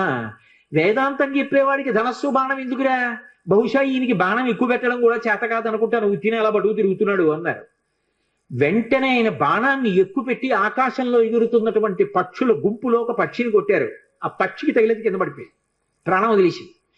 మళ్ళీ వెంటనే ఈ బ్రాహ్మణులు అందరూ అన్నారు, కట్టుకున్నవి దీక్షావస్త్రాలు, పక్షిని కొట్టాడు ఏ కారణం లేకుండా, ఇటువంటి వాడికి వేదాంత బోధ చేసే అధికారం ఎక్కడుందన్నారు. వెంటనే ఆయన గోదావరిలో నీళ్లు కమండలంలో ఉన్నాయి, ఆ కమండలంలో నీళ్లు తీసి రామనామం చెప్తూ పక్షి మీద తెల్లారు. అది రివ్వున ఆకాశంలోకి ఎగిరిపోయి. సమర్థ, అందుకే ఆయన పేరు ముందు బిరుదువాక్యం. ఆయన అఘటనాఘటన సమర్థుడు. అంతటి హనుమదవతారంగా వచ్చి మొత్తం దేశమంతటా కూడా ప్రచారం చేశారు. గుండెల్లో రాముడు, శరీరంలో హనుమ, అది ఆయన నినాదం. అందుకే ప్రతి చోట వ్యాయామ పాఠశాలలు పెట్టారు. వ్యాయామశాలలు పెట్టి అందరూ కూడా వ్యాయామం చేసి మంచి ఆరోగ్యవంతమైన శరీరాన్ని, గుండెల నిండా రామభక్తిని పెంపొందించుకోండి, ధర్మ సంస్థాపన చెయ్యండి. ఊరూరా సమర్థ రామదాసు గారి ప్రబోధమే. అంత గొప్పగా ధర్మవీరుల్ని తయారు చేశారు. అటువంటి సమర్థ రామదాసు గారు ఒకానొకప్పుడు ఛత్రపతి శివాజీ ఇంటికి వెళ్ళారు. వెడితే భిక్ష ఇవ్వాలి కాబట్టి జోలు పట్టారు. శివాజీ వచ్చి ఓ కాగితం చుట్టైన జోలిలో పడేశాడు. రామదాసు గారు తీసి చదివారు. చదివేటప్పటికి తన యావత్ సామ్రాజ్యాన్ని గురువు గారికి అర్పించేస్తున్నాను అని ఉంది. నేను దీక్ష తీసుకున్నవాణ్ణి, నాకెందుకయా, నా ప్రతినిధిగా నువ్వు పరిపాలించు, కానీ రాజ్యాన్ని నాకు ప్రదానం చేశావు కాబట్టి నీ పతాకం మాత్రం కాషాయ వస్త్రంతో ఉండాలని తన కాషాయ వస్త్రాన్ని పతాకంగా ఇచ్చారు. అందుకే ఛత్రపతి శివాజీ పతాకం కాషాయ వస్త్రం. శ్వేతాశ్వం కాషాయ వస్త్రంతో, ఆయన తెల్లగుర్రం మీద ఎక్కి కాషాయ పతాకం పట్టుకుని ఎడుతుండేవాడు. అటువంటి మహానుభావుడు. ఒకప్పుడు శివాజీ సమర్థ రామదాసు గారి దర్శనానికి వెళ్ళారు. వెడితే సమర్థ రామదాసు గారు ఆయనకి ప్రసాదం ఇచ్చారు. ఇంటికి వెళ్ళి ఈ ప్రసాదం చూసుకో అన్నారు. ఇంటికి వెళ్ళి విప్పారు. విప్పితే అందులో ఒక మూటలో మట్టి ఉంది, ఒక మూటలో గులకరాళ్ళు ఉన్నాయి, ఒక మూటలో గుర్రపు లద్ది ఉంది, ఒక మూటలో కొబ్బరికాయ ఉంది. ఇంతటి శివాజీ తెల్లబోయాడు. ఏమిటి ప్రసాదం, ఎందుకు ఇచ్చారు గురువు గారని? మహాతల్లులు ఈ లోకంలో బిడ్డల్ని కన్న తల్లులు భారతదేశంలో ఎంత గొప్ప వాళ్ళని తయారు చేశారో. వెంటనే ఆ తల్లి వచ్చింది, జీజీబాయి వచ్చి ఆవిడంది, సమర్థ రామదాసు గారు ఏదైనా ఇచ్చారు అంటే అది ఉత్తినైపోయేది కాదు. ఎందుకు ఇచ్చారో తెలుసా? మహానుభావుడు ఆయన మట్టి ఇచ్చారు అంటే నువ్వు భూపతివికా, రాజ్య పరిపాలన చెయ్యి ధార్మికంగా అని ఇచ్చారు. ఆయన గులకరాళ్ళు ఇచ్చారు, కొండల మీద కోటలు కట్టమని ఆదేశం. గుర్రపు లద్దెనిచ్చారు అంటే ఆశ్విక దళాల్ని ఎక్కువగా పెంచుకోమని అర్థం. కొబ్బరికాయ ఇచ్చారు, మనసులో మధురంగా ఉండి పైకి చాలా గంభీరంగా కఠినంగా ఉండు, అప్పుడు కానీ వ్యవస్థ అదుపులో ఉండదని నీకు చెప్తున్నారు. ఈ 4 సందేశాలు నీకు చెప్పడానికి 4 రకాల ప్రసాదం ఇచ్చారని చెప్పారు. సమర్థ రామదాసు గారు చిట్ట రామచంద్రమూర్తి యొక్క నామం చెప్తూ ఆయన రామచంద్రమూర్తి యొక్క మూర్తి పాదముల మీద తలపెట్టి శరీరాన్ని విడిచిపెట్టారు. హనుమయే ఈ దేశంలో ధర్మాన్ని నిలబెట్టడానికి ఒకప్పుడు సమర్థ రామదాసుగా వచ్చారు. ఎందరూ పొందారండి హనుమత్ సాక్షాత్కారం. ద్వైతమతావలంబకులు మహానుభావులు. రాఘవేంద్ర స్వామి వారు హనుమ యొక్క సాక్షాత్కారాన్ని పొందారు. ఆయన్ని చిన్నతనంలో వెంకటనాథుడు అని పిలుస్తుండేవారు. ఆయన కటిక పేదరికం అనుభవించారు. శిష్యులందరికీ కూడా వేదాంత పాఠం చెప్పి దొరికినదేదో అది తినేవారు. ఆయన చరిత్ర గురించి చెప్తూ కొన్ని అద్భుతమైన విషయాలు చెప్తారు. వారి భార్య గారికిట ఒక్కటే చీర ఉండేదిట. ఆ చీర సగభాగం కట్టుకునేవారట, సగభాగం తడిపి ఆరేసేవారట. అవతలది ఆరితే ఆ ముక్క కట్టుకుని ఈ ముక్క ఆరేసుకునేవారట ఆవిడ. అయినా సరే దరిద్రాన్ని పక్కన పెట్టి భర్త గారిని అనుగమించినటువంటి మహాపతివ్రత. అటువంటి తల్లి, ఒక్కగానొక్క కొడుకు. శిష్యులకి వేదాంత పాఠం చెప్పి దొరికితే తినడం, లేకపోతే ఉపవాసం. అటువంటి వారు ఒకసారి ఒక చోటికి శుభకార్యానికి వెడితే ఆయన్ని పిలిచి గంధం తీయమన్నారు వచ్చిన అతిథులందరికీ గంధం పెట్టడానికి. సూక్త పఠనము అని ఒక మాట ఉంది లోకంలో. పరమభక్తితో సూక్తాన్ని పఠిస్తే సూక్తాధిదేవత అనుగ్రహిస్తుంది. ఆయన అగ్ని సూక్తం చదువుతూ గంధం తీశారు. తీస్తే ఆ గంధం అందరూ బొట్టు పెట్టుకున్నారు. ఒళ్ళు మంటలు వచ్చేసింది వచ్చిన అతిథులకి. ఎక్కడది ఈ గంధం, ఎందుకు ఇలా మంటలు వచ్చిందని అడిగారు. ఆ యజమాని అడిగాడు రాఘవేంద్ర స్వామిని, ఎందుకు ఇలా మంటలు వస్తోంది? అప్పటికి ఇంకా వెంకటనాథుడు ఆయన పేరు. ఎందుకు ఇలా మంటలు వచ్చిందని అడిగారు. నేను అగ్ని సూక్త పఠనం చేస్తూ ఈ గంధం తీశాను అన్నారు. ఏమిటి, అగ్ని సూక్తం చదువుతూ నువ్వు గంధం తీస్తే ఒళ్ళు మంటలు వచ్చిందా? నువ్వు వరుణ సూక్తం చదివితే చల్లబడుతుందా అన్నారు. చల్లబడుతుందన్నారు. ఏది వరుణ సూక్తంతో తీయన్నారు. ఆయన వరుణ సూక్తం చదువుతూ గంధం తీశారు. ఆ గంధం పెట్టుకుంటే అందరికీ ఒళ్ళు చల్లగా అయిపోయింది. అంతటి మహానుభావుడు. సుధీంద్ర స్వాముల వారిని వారి గురువు గారి ఆజ్ఞ మేరకి అకస్మాత్తుగా వారు సన్యాసాశ్రమం తీసుకుని రాఘవేంద్రుడు అన్న పేరుతో ఆ ద్వైత మఠాధిపతులు అయ్యారు. వారు మన ఆంధ్రదేశంలో మంత్రాలయం దగ్గరే హనుమ గురించి జపం చేస్తే పంచముఖాలతో ఆంజనేయ స్వామి ఆయనకి ప్రత్యక్షం అయ్యారు. పంచముఖ ఆంజనేయ స్వామిని ఉపాసన చేసిన మహాపురుషుడు. ప్రహ్లాదుడి యొక్క అంశలో వచ్చాడు అంటారు రాఘవేంద్ర స్వామి. ఎంతమంది హనుమత్ సాక్షాత్కారం పొందారండి. అంతటి మహానుభావుడు. అటువంటి హనుమ లోకంలో ఎవరికి ఏది ఇవ్వలేనిదన్నది లేదు. ఆయన ఎవరికి ఏ కోర్కె ఉండనివ్వండి, కోర్కె ఉండకుండా ఉండడం అన్నది సాధ్యం కాదు. కోర్కె ఉంటుంది కానీ అది ధార్మికమై ఉండాలి. ధార్మికమైన కోర్కె అయి ఉండి కోర్కె కానిది. ఆ మాట మీరు బాగా అర్థం చేసుకోవాలి. నాకు పెళ్ళవ్వాలి అని ఒక పురుషుడో స్త్రీయో అనుకున్నారు అనుకోండి, తప్పు కాదు, ఎందుకంటే పెళ్లి చేసుకోవాలి. నాకు కొడుకు పుట్టాలి, కూతురు పుట్టాలి, అది తప్పు కాదు, ఆ కోరిక ఉండాలి. నేను ఒకళ్ళ దగ్గర చెయ్యి చాపకుండా అన్నం తినాలి, తప్పు కాదు, అన్నం తినాలి. అలాగే నేను అనాయాసంగా శరీరం విడిచిపెట్టేయాలి, తప్పు కాదు, ఆ కోరిక ఉండాలి మనిషికి. ఏ కోరికలు ఉండి తీరాలో అవి పండితే నువ్వు పండుతావో అటువంటి కోరి కూడా కోరని వాడే అవుతాడు. అటువంటి కోరికలు ఉండాలి. ఆ కోరిక తీరకపోతే లోకంలో చాలా సులువైనటువంటి మార్గాన్ని పరాశర సంహిత చెప్పింది. పరాశర మహర్షి నిన్న మీతో మనవి చేసి ఉన్నాను, హనుమకి సంబంధించినటువంటి ఉపాసన రహస్యములనన్నిటినీ క్రోడీకరించారు. క్రోడీకరించి మనకి సంహితా రూపంలో ఇచ్చారు. అందులో చెప్పారు శ్లోక రూప మంత్రం. అది మంత్రం అయితే మళ్ళీ అందరూ చెప్పడానికి సావకాశం కలగచ్చు, కలగకపోవచ్చు, ఎందుకంటే స్వరభేదం ఉంటుంది. కానీ అది శ్లోక రూప మంత్రం. అందుకే తప్పు చెప్పకుండా చెప్తే చాలు. హనుమకి ప్రదక్షిణం చేస్తూ నిశ్శబ్దంగా మాట్లాడకుండా ఆంజనేయం మహావీరం బ్రహ్మ విష్ణు శివాత్మకం తరుణార్క ప్రభం శాంతం ఆంజనేయం నమామ్యహం, ఈ శ్లోకం చెప్తూ హనుమకి 108 మాటలు ప్రదక్షిణం చేసి వక్కలతో కాని, పువ్వులతో కాని, అక్షతలతో కాని మాత్రమే లెక్క పెట్టాలి. కాగితం మీద గుచ్చడం, పెన్నుతో కొట్టడం అలా చేయకూడదు. వక్కలు 108 ఓ డబ్బాలో పట్టుకెళ్ళి, ఖాళీ డబ్బా పట్టుకెళ్ళి ఈ ఒక ప్రదక్షిణం చేసినప్పుడు మళ్ళీ స్వామి దగ్గరికి రాగానే నిలబడి ఈ శ్లోకం చెప్పడం. ఆంజనేయం మహావీరం బ్రహ్మ విష్ణు శివాత్మకం తరుణార్క ప్రభం శాంతం రామదూతం నమామ్యహం అండం. ఆ వక్క తీసి పక్క డబ్బాలో వేయడం. 108 ఇందులో వక్కలు అందులోకి వచ్చాయంటే 108 ప్రదక్షిణాలు అయిపోయి మళ్ళీ వక్కల డబ్బా పట్టుకుని ఇంటికి వెళ్ళిపోవడం. హనుమ యొక్క ప్రదక్షిణముల చేత ఆయన అనుగ్రహంతో ఎటువంటి కోర్కెలను కూడా ఆయన తీర్చగలిగిన శక్తి కలిగిన వాడు అని అనుభవించిన పెద్దలు చెప్పిన మాట. అలాగే అకస్మాత్తుగా విపరీతమైనటువంటి రోగం ఏదైనా శరీరానికి ఏర్పడి భయం కలిగితే, హనుమానంజనాసు నో వాయుపుత్రో మహాబల అకస్మాతా గతోత్పాతం నాశయాసు నమోస్తుతే, ఆ శ్లోకం చెప్పాలి. అకస్మాత్తుగా రోగం వచ్చింది, స్వామి నన్ను కాపాడండి, ఈ శ్లోకం చెప్పి ఆయనకి ప్రదక్షిణాలు చెయ్యాలి. హనుమ ప్రదక్షిణముల చేత విశేషమైనటువంటి తృప్తిని పొందుతారు.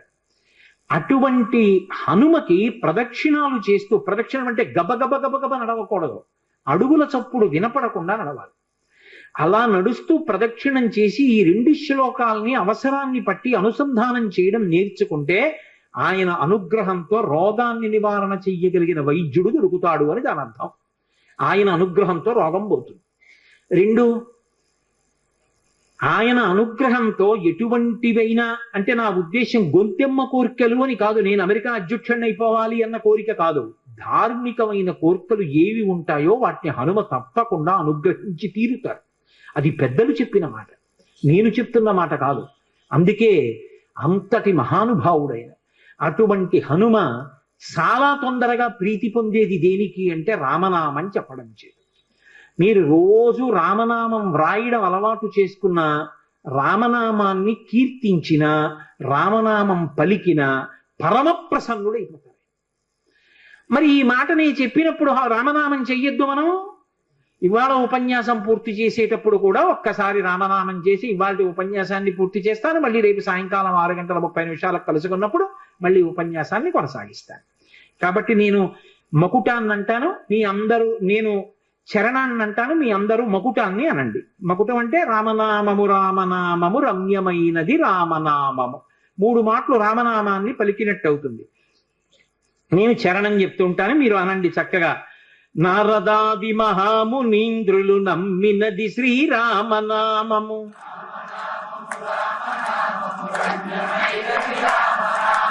దారి నుండి గనడచు వారికి తోడు నీడే రామనామము.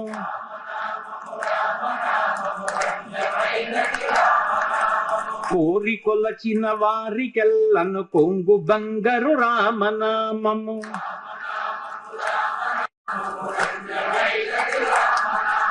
కాహి కృష్ణాయనచు ద్రౌపది పలికినది శ్రీరామనామము.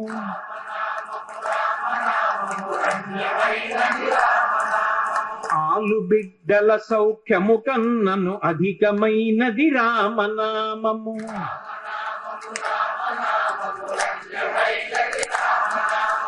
నేను ఈ సందర్భంలో మీకు ఇవాళ ఎందుకు రామనామం తప్పకుండా చెప్పాలి అన్నదానికి ఒక విశేషం చెప్తాను.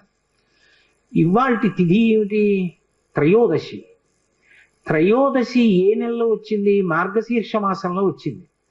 మార్గశీర్ష మాసం శుక్లపక్షంలో త్రయోదశితో కూడుకున్నటువంటి తిథి. ఈ త్రయోదశి తిథికి హనుమకి చాలా దగ్గర సంబంధం. త్రయోదశి నాడే సీతమ్మ దర్శనమైంది హనుమకంటారు. రెండోది, త్రయోదశికి అంత శక్తి, హనుమతో సంబంధం ఎందుకు వచ్చాయో తెలుసా? దానికి ఒక పెద్ద కారణం ఉంది.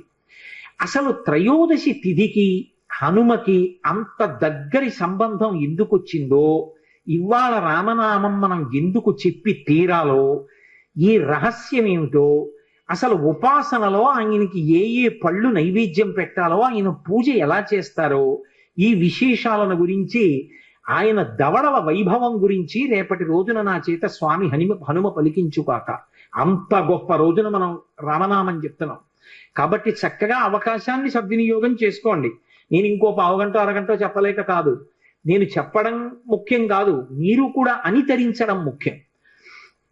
బ్రహ్మ సత్యము జగన్ మిథ్యాభావమే శ్రీరామనామము.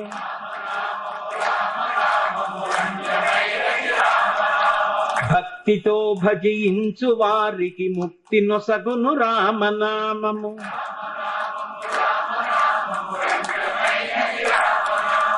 సకల జీవులలోన వెలిగే సాక్షిభూతము రామనామము.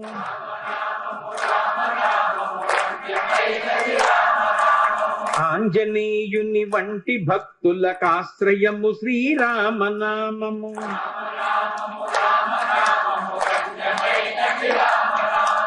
విషయ వాసనలెల్ల విడచిన విదితమగు శ్రీరామనామము.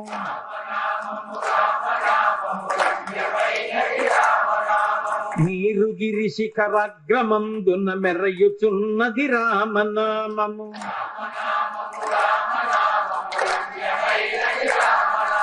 పాలు మీగడ పంచదారల పక్వమే శ్రీరామనామము.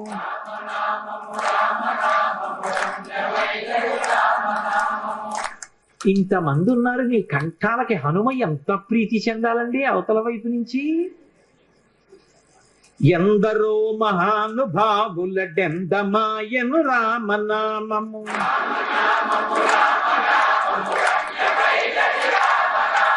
ఘాత వ్రాసిన వ్రాత తుడి చెడి దైవమే శ్రీరామనామము.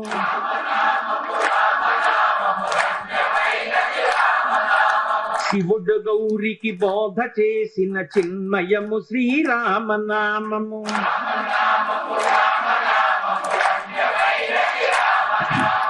జానకీ హృత్కమల ముందున అలరుచున్నది రామనామము.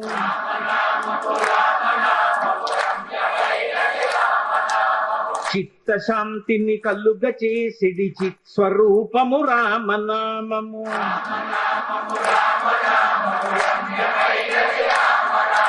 బ్రహ్మపుత్రక రాజ్య వీణా పక్షమైనది రామనామము.